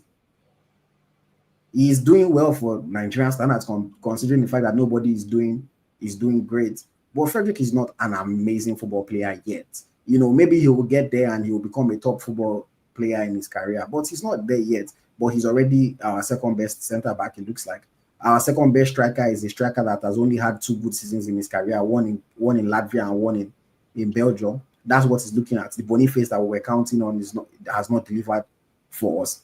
So we don't have it, we just don't have it. But I wouldn't necessarily say our players are not as good as we think they are, because I've never come and told you that Nigeria is a team with 20 or 10 world class players. I think that they are as good as I at least think that they are individually, but the team is definitely not as good as the sum of as its parts. You know, we just have individual parts. It's like you take the engine of a Ferrari, then you go and take the tire from Toyota Camry, then you go and take another part from Honda Civic. You take another part from, you carry good parts from different cars, and you say you're going to build the best car on the planet. You're going to build rubbish, and that's essentially what's happening. We have good parts here and there, but all of them make up a terrible team, and they need to improve. They need to improve. Uche, Everyone says Super has Mm. I think it's high time Ekong official retires, and Eric Shell needs to tell us why he loves to play non-clinical Simon over Lukman on the left hand side. See, simple reason is because Simon is good with 1v1. So, but I also think that when you're talking about Simon, since Genethro's time, his final ball has been a problem, and up to now, his final ball has still been a problem. See, let me tell you something. For example, now Apollo's final ball is better than Simon's, or Siwin Apollo's that plays for other Pirates. So, Unkota. So, you brought in an AC Milan player that used to be playing. One my AC Milan player. All these people. See, I just think that the mentality of the Nigerian player is not good. The mentality is not good because when the moment they go to Europe now, they can buy house in their village. They can compete with some Yahoo boys now. They become content with what they can. That is the problem. They become like a big boy. They don't all this francophone. The way so I saw Senegal play against Congo today. The way they were playing as if there is no tomorrow again. So the mentality is not. I don't think it's there. It's there. And anybody that is not ready to play for Nigeria, they should not be called up again. Step out. Yeah. For example, now Benjamin might not be the best player, but he showed commitment. Yeah. Or tomorrow, maybe when you start buying golf, not golf. You start buying maybe Ferrari now. Maybe it too will not. So sorry, I want to bring you on Denny. I know maybe you are ready. See, sorry. Similar to this super chat. See, my whole thing is I think Ekong has definitely lost his place in the starting 11. But if we decide Ekong has to retire, say Ekong retires today, who takes his spot in the national team? Even if he's on the bench, who takes his spot? Igor. No. So I feel we can gradually bring in our team. Our team has been playing consistently. Imagine you gradually bring it was there. And that's old war.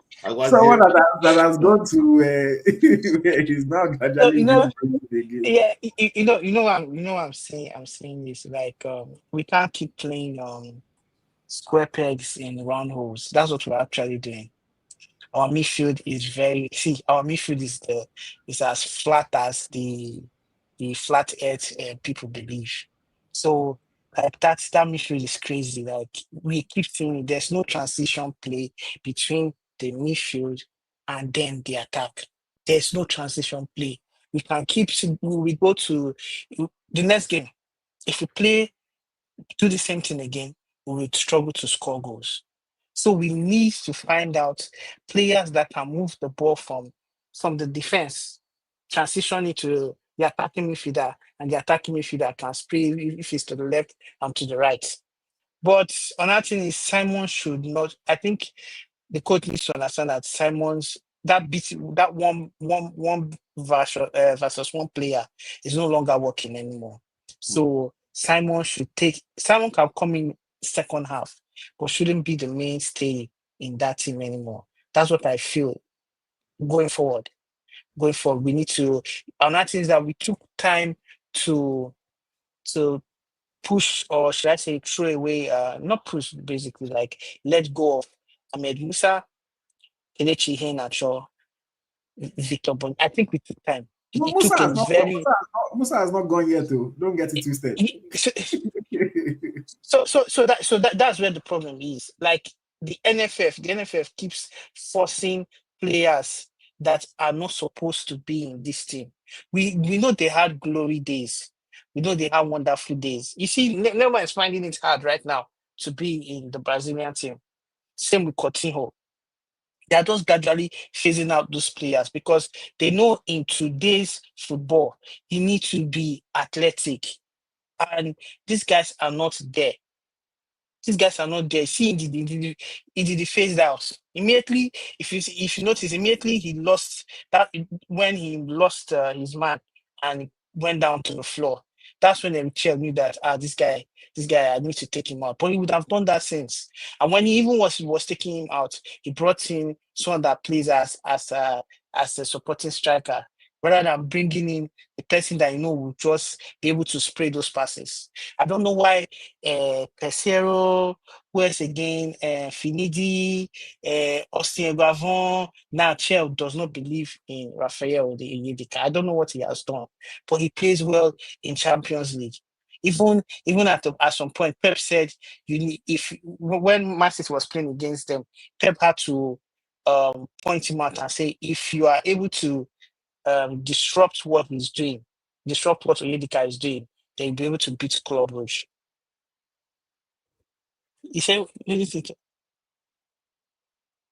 Pep, you go and sign him there. You say he's kind But let me just see something to inspire. Our players are not actually was liked for success under a green, white, green. So go and see outside way. See, when I saw how Gabon wanted to win that game against Ivory Coast today, I was like, they were.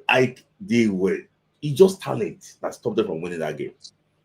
So I just look at this that though I like our players, I like what they do, but I think that if we want to move forward, we need players with different mentality. And the problem I see here is that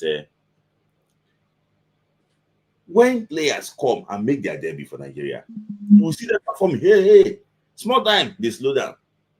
Yeah. They will because see. there's no competition. No competition. No, maybe they are seeing what other people are doing too. See, Smilai, we've had this question about the mentality before, and I still hold the same opinion. It is everybody's dream as a professional player to represent their country. But when they get there and then they get into the system, what are they meeting? What are their seniors doing? What are their seniors setting up for them to join? If you run an organization and you have bad process in your organization, you can hire the hardest worker, the smartest employee. The person gets there and say, for this our office, we don't do anything. No. The person is not going to go there and say, okay, it's now me that is going to go and kill myself to help this company make money. They will go there, how they see that every other person is working. That's the level of effort they will put in and they will keep it pushing. Shout out to Arokodare. Yes, he has been fighting hard for the team. But Arokodare, as long as he can play a couple minutes per game, take a few shots, record his video, post on Instagram, you don't think he's fine. Other than maybe like Victor Osimhen, who literally just wants to win. That's all he wants to do.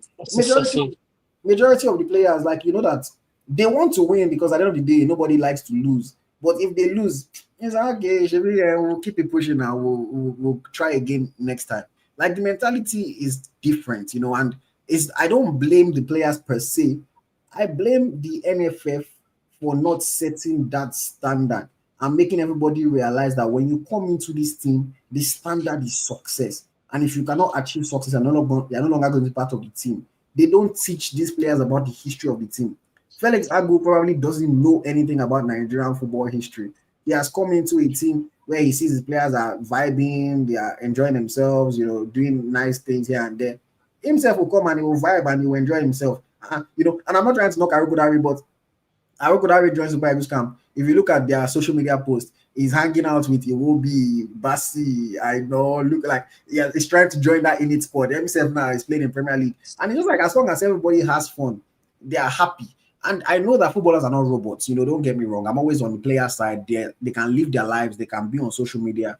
But at the end of the day, there's the level of commitments that we don't see. And if you're not ready to injure for Nigeria, then you might as well not be playing for Nigeria. But I don't think most players would risk an injury playing for Nigeria. That's how it is.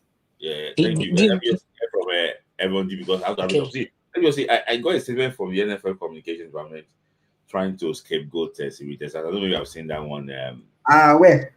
I don't get my emails. Smith, I greet everybody.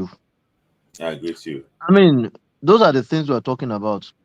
What they wrote about your NFF communications department. Department. What they wrote, what they wrote about Cyril Dessas. What they wrote about Ekong. Your own this thing. This is what Nigerians always criticize. They will criticize Atlanta. That's why we write this about Ademola Lookman, your player. As in, they dropped the ball. I was in the WhatsApp group. I know. I'm sorry, Ovondi, I'm just saying it there just for people that are listening. They wrote Cyril Dessas, who had an unimpressive game in Uyo, where he turned out to be a substitute that was substituted, did not have a better game as he was too slow to latch onto passes, could not win aerial balls, and did little in bringing the team alive. This is what the NFF is writing as a report. That's paragraph 4. Check paragraph 5. Okay, paragraph 5. They said the Super Eagles fighting spirit was diminished for a period after team captain William Ekong inadvertently swept the ball into his own net, wrong-footing Nwabali to give Bafana the lead and great impetus. That one I can even understand because they're just explaining. No, you can't even say that. You see, it's you can't say that about your own player. Now you want some players to come and represent you. When they read some of these things, how do you want them to feel? Even among the boss. Even for the players themselves, they feel like, oh, this is what you want to write about us. Okay, we'll do whatever we feel like. Because how on earth? And the head of that this thing, that man, as old as he is, that head of that their media this thing, as old as he is. Yes, you allow this. So it's terrible. And see, Smith, I think we're on this live together, and sometimes we are too toxic. Fans, football fans in Nigeria, we are too toxic. An Argentine player lost 3 penalty kicks in one game. They didn't throw Martin Pale, but he still played for that country afterwards. They won't want to kill you. We are too toxic. We do things like, and see, historically, let us even go back where we have gone to play crucial World Cup qualifiers like this in a terrible pitch. How many did we win? Even when we had the best of players, even when we had Obafemi Martins, we had Osazi Odewinge, we couldn't win in Gabon. We couldn't win in Rwanda. Yes. Yeah. We couldn't win in Angola. So what is it's something about us that probably you say, okay, how do we address this thing? Our players always have this challenge where they travel to a certain place. We couldn't even win Eritrea.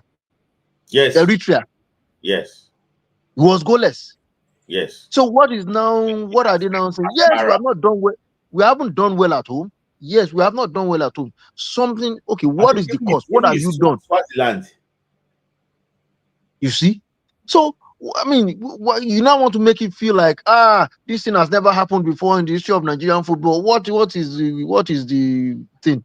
Go and look at it. Very on few occasions that, okay, maybe the players were also determined when we went to play against Burkina Faso away from home in a very terrible pitch. We won by 2 goals to 1, but we struggled. 97. Yes. So I'll mention a few games that we've gone away from home to play that we did, even when we had the very best of our stars. We did not win. What is did we even win Mozambique away from home in a crucial World Cup qualifier when Stephen Keshi was there? Yes. Okay, it has happened. It has happened. Don't come and put your players under the bus, the NFF. You have to look at see what you need to look at. Sorry. Somebody said that it could be ChatGPT that wrote it. Did you see that they can copy ChatGPT and post it? It's not ChatGPT. This one is not ChatGPT. It's somebody that wrote that thing. Someone wrote it. And that's how they call division in the team. That kind of person will go and tell another player, this player does not like you. So player does not like you. Very unprofessional. That's the way they behave. That is the way they behave. They are part of the problem. I mean, how do you even write this kind of statement and put it out? How do you want the captain? If you are doing this to a player that is still active, what will happen when they retire? So the player is still active. What I want to ask is, do you feel like maybe they are planning to, like, most times what they do is when they don't, because right now it's NFF that's supposed to take the bulk of the blame. So what they're trying to do is more like shift the blame to the players, so that will cause They are distraction not dragging and save their because of that themselves. statement. They are dragging. Brilla FM posted it on their Instagram this thing. Say, what do you people think? I mean, they are dragging Dessas on that place, dragging Ekong. How? I mean, you can't blame Brilla FM because NFF cost it. Yes, them, they are looking for their engagement now. Yes. Yeah, I just posted it. Yeah. How do you? How? I mean, it's so unfortunate that we just look at things that way. What now? If the team now eventually qualifies, like, oh, we don't because anything can happen. The group is open. Even Rwanda can still qualify. Because when a team like Rwanda will feel like if they're going to deduct that point, we have defeated this South African team before. We can go and do it again. And this is football. It can happen. When the Kanus of this world were there, did we win against Liberia away from home? We did not win now. And we lost 2-1. Yes. So why then now you have to look at the problem? Okay, what is the problem that you have? And part of the problem is simple. What the under 17 level? What are we doing? How many players are you promoting from under 17 to under 20? The under 20, what are you doing? Under 23, what is it that we are doing under 23? Is there a proper transition program for these players to move to the next stage? You are not doing that. So the players have come, they've done their best. Yes, you may say the best, not good enough, but nevertheless, you think they also want to go to the World Cup. They want to go to the World Cup. Then what support have you even given the coach in terms of, when we're going to play in this place, these are the challenges we always have. Maybe we should play at home. We should play a friendly game at home and see what we can do. Can we quickly organize and play against a local team at home or anything? You have not done enough in your own part. And you look at even that same NFF.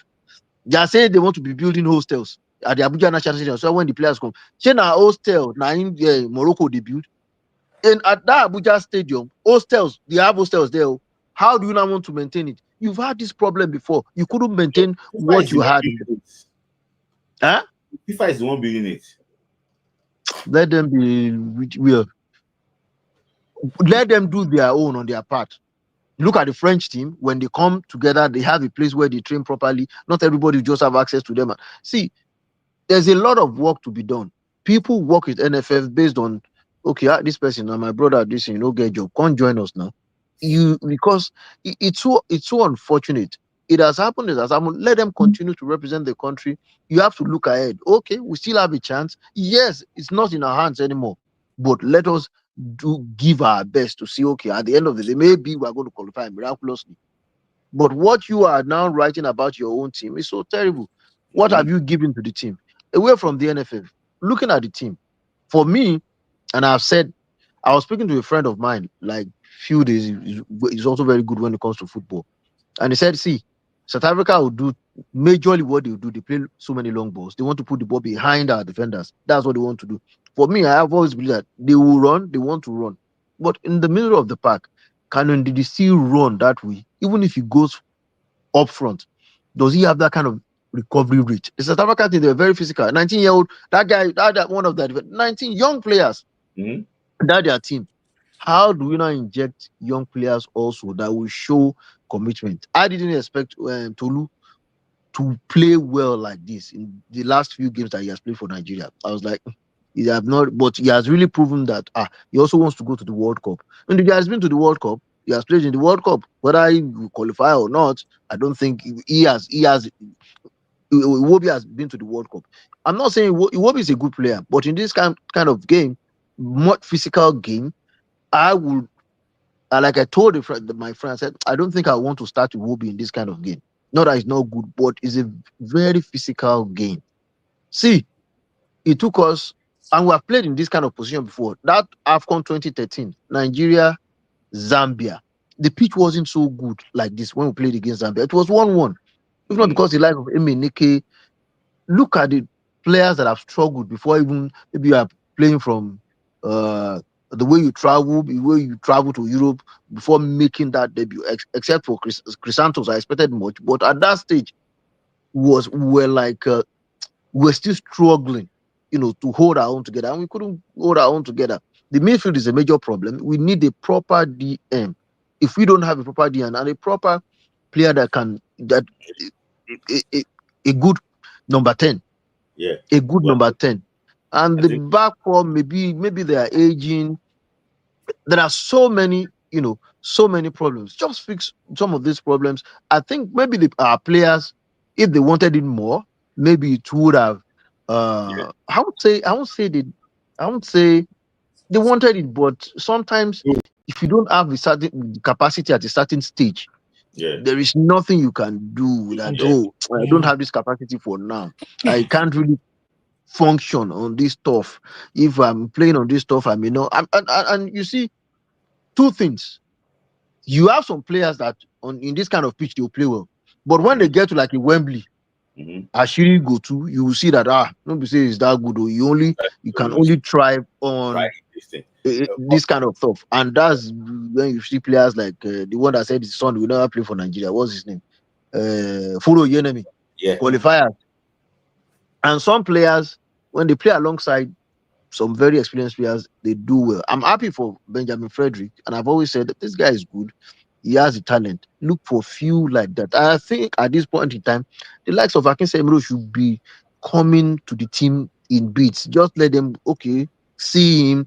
I think I agree now. See, looking at the Frederick's experiment now, I think Akisomu should become you. These are they will use their experiment now. They be bringing everything. No. See, it's not. See, let me see. It is not for them to come and take like even that senior role. Yes, let Daniel them come. They can run. They can run. They can do so many things. See, these senior players, they will not. They can't really offer much, and we've seen it when we play against a team that is very fast in the middle of the park. When we play against a team that low block. For me, like Simon, there's no competition for Simon, and I have been saying this. Like I always say, I've sent you a couple of messages concerning Simon, who is doing the same thing. Wait, I want to ask. There is competition for Simon. They just don't use them as they should. Yeah. Because if we're looking at Simon as a left winger, his competition is Ademola Lookman and Alex Iwobi. But we're not going to play Iwobi as a left winger, and then we'll decide that we want to play Ademola Lookman as a supporting striker versus playing him from the left. So they just don't use competition. Even if you want to put him as a right winger, there's two ways that should be competition. Well, I do think that she's right. You can compete with Simon. Ejuke, what's Ejuke doing right now? Like, there's no.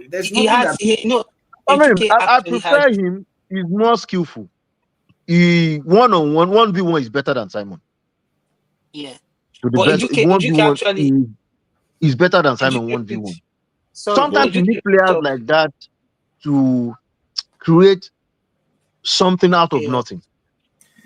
I mean, but for me, that means we're going back to just saying, okay, let's call people based on potential and not actually what they are doing. If that's what we just want, since everybody look, fine. Both ways, potential and what they are doing, you have to look at it both ways. See, so some players just need like maybe 20 minutes.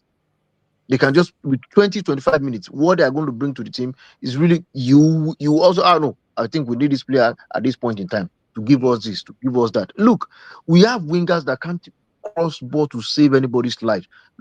Just take a look at it. The left back, what's his name? Bruno. He can't be crossing the ball like that, looping ball. And even if the player gets to it, will there be force when the player gets to it? You can't cross the ball. Space. Yeah. But in the case of Ejuke, it's because Rwanda didn't have good players up front. They were very disciplined, blocking the passing lanes in their style that they are playing. Very, very disciplined. It's just because they do not have going forward, they do not have those threats going forward. But I still feel like we need a lot more in the middle of the park. A player that can sit, that is a natural DM that can sit in front of the back four, and another one that can go and come back, that can run for 90 minutes. And when we won the African Cup of Nations in 2013, it helped. What helped Mikel, for example? Mikel, not a pacey kind of player. He won't run. He won't be running like that. Onazi could run, and Sunday Mba. Now, for Onazi and Sunday Mba, they have played underage on the continent before. So traveling to some of those places to go and play, of course, they will be able to play on that off. And Onazi playing for Lazio, he did well for Lazio. These are players that they will run for Mikel, and Mba, they will run and they can come back, they can come and mark.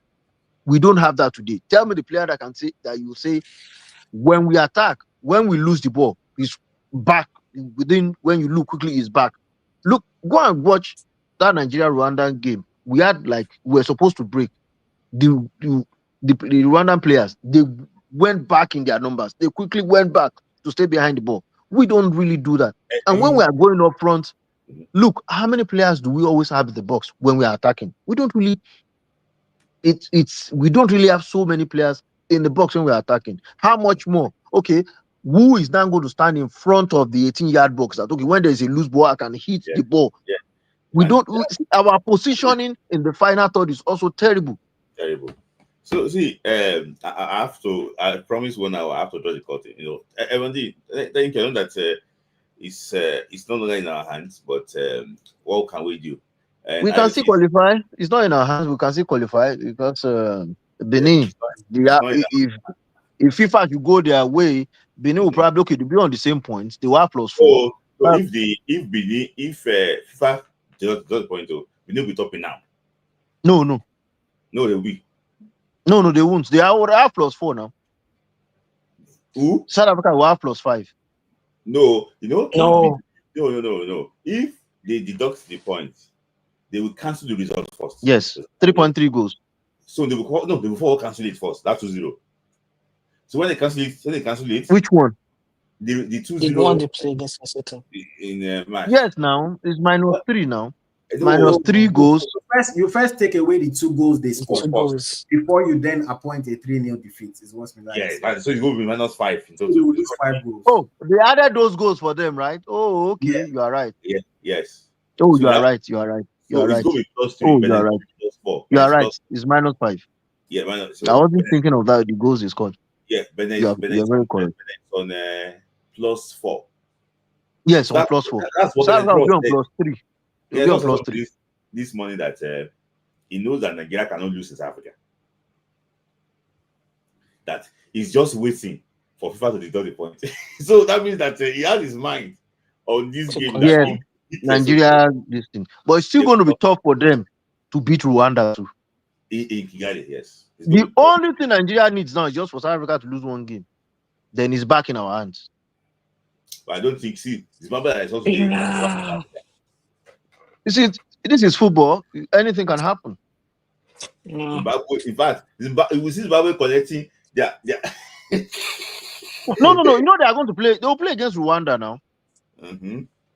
I mean, if they feel like we also have a chance, we can qualify. Because if Rwanda beat Benin, we'll have be on 14 points. That's what. Yes, that's. The Rwanda I saw today can beat Benin. Yes.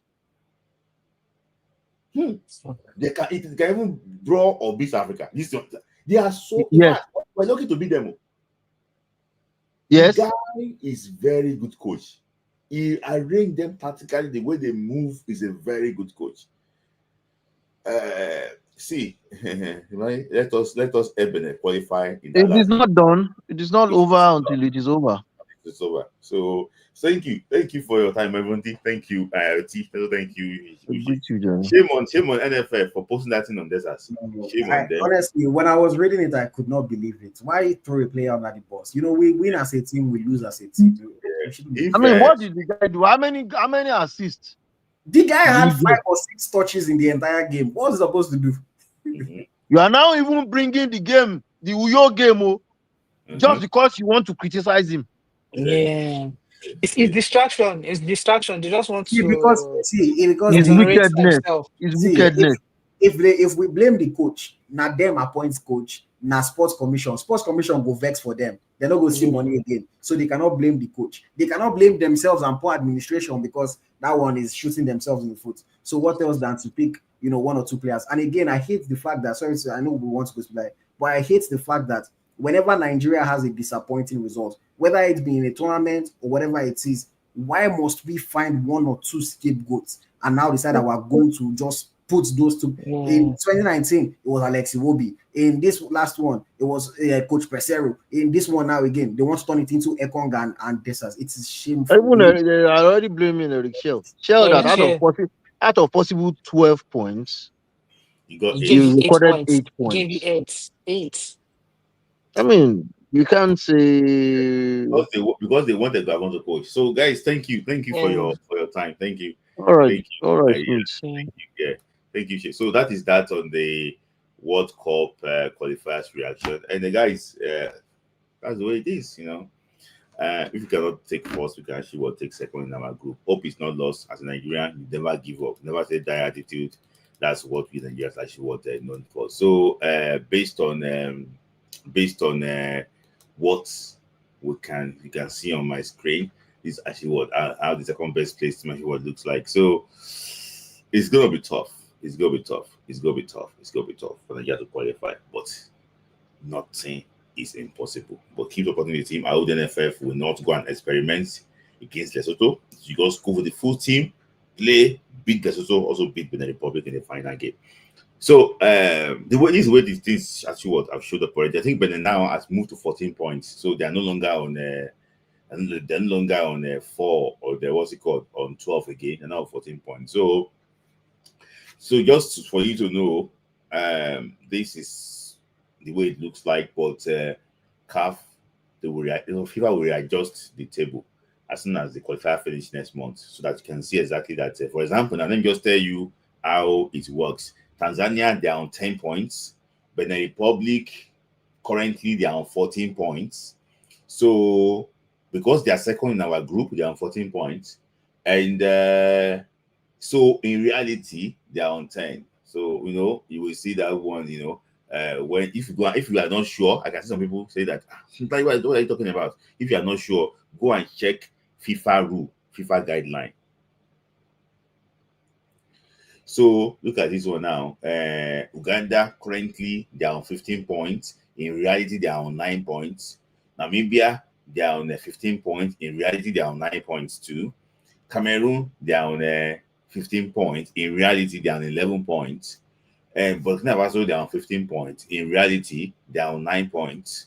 So Congo DR2, they are on 16 points. In reality, they are on 10 points. While Madagascar, they are on 16 points. In reality, they actually what? They are on 10 points. While Gabon, they are on 19 points. Right, they are on 13 points. So that's what they do. And the reason why they do that is because of what? Tanzania. Tanzania cannot play the same amount of games like other countries. So they have to take in the what's it called? The whipping boys in their team. So there's a lot of things to actually what to play for. So Nigeria is on 9 points. If Nigeria is second, we are 9 points. Now, currently now we're 11 points. But because we drew twice against Zimbabwe, and Zimbabwe is the last team in our group, they will take away the 2 points from our 11. So we're on 9 points with +2 goals difference. So we are not actually far off based on this table. It's okay. So I'm still tipping Nigeria to at least take one of the best 4-place team. But if Nigeria even qualify as the best second place team, I think we will not qualify for the World Cup towards the end because of the team, except the players just change everything and they want to go to the World Cup. But for this team, I don't think we will go based on the character I see now. But hope is not lost. We're still going to keep on supporting them. But I think I'm not as optimistic as actually what used to be before. But no problem. I will break it down for you. So if you have any question, you can actually drop it in the comment. If you want me to explain it again, I will let you. I will do that to you. And if you are not even sure of how it works, go to the competition guidelines on FIFA, how they deal with situations like this, so that you can be able to understand it very well. Not only with Smith Laye explaining the whole thing, you might not understand my English. Just go and explain it very well. So that's why I'm telling Eric Shell, please don't give up.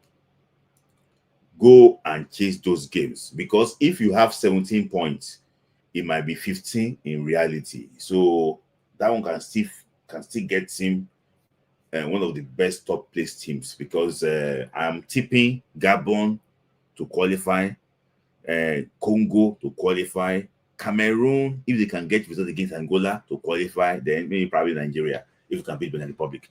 Guys, thank you for your time today. Nigeria won, South Africa won, but no problem. Our show still continue.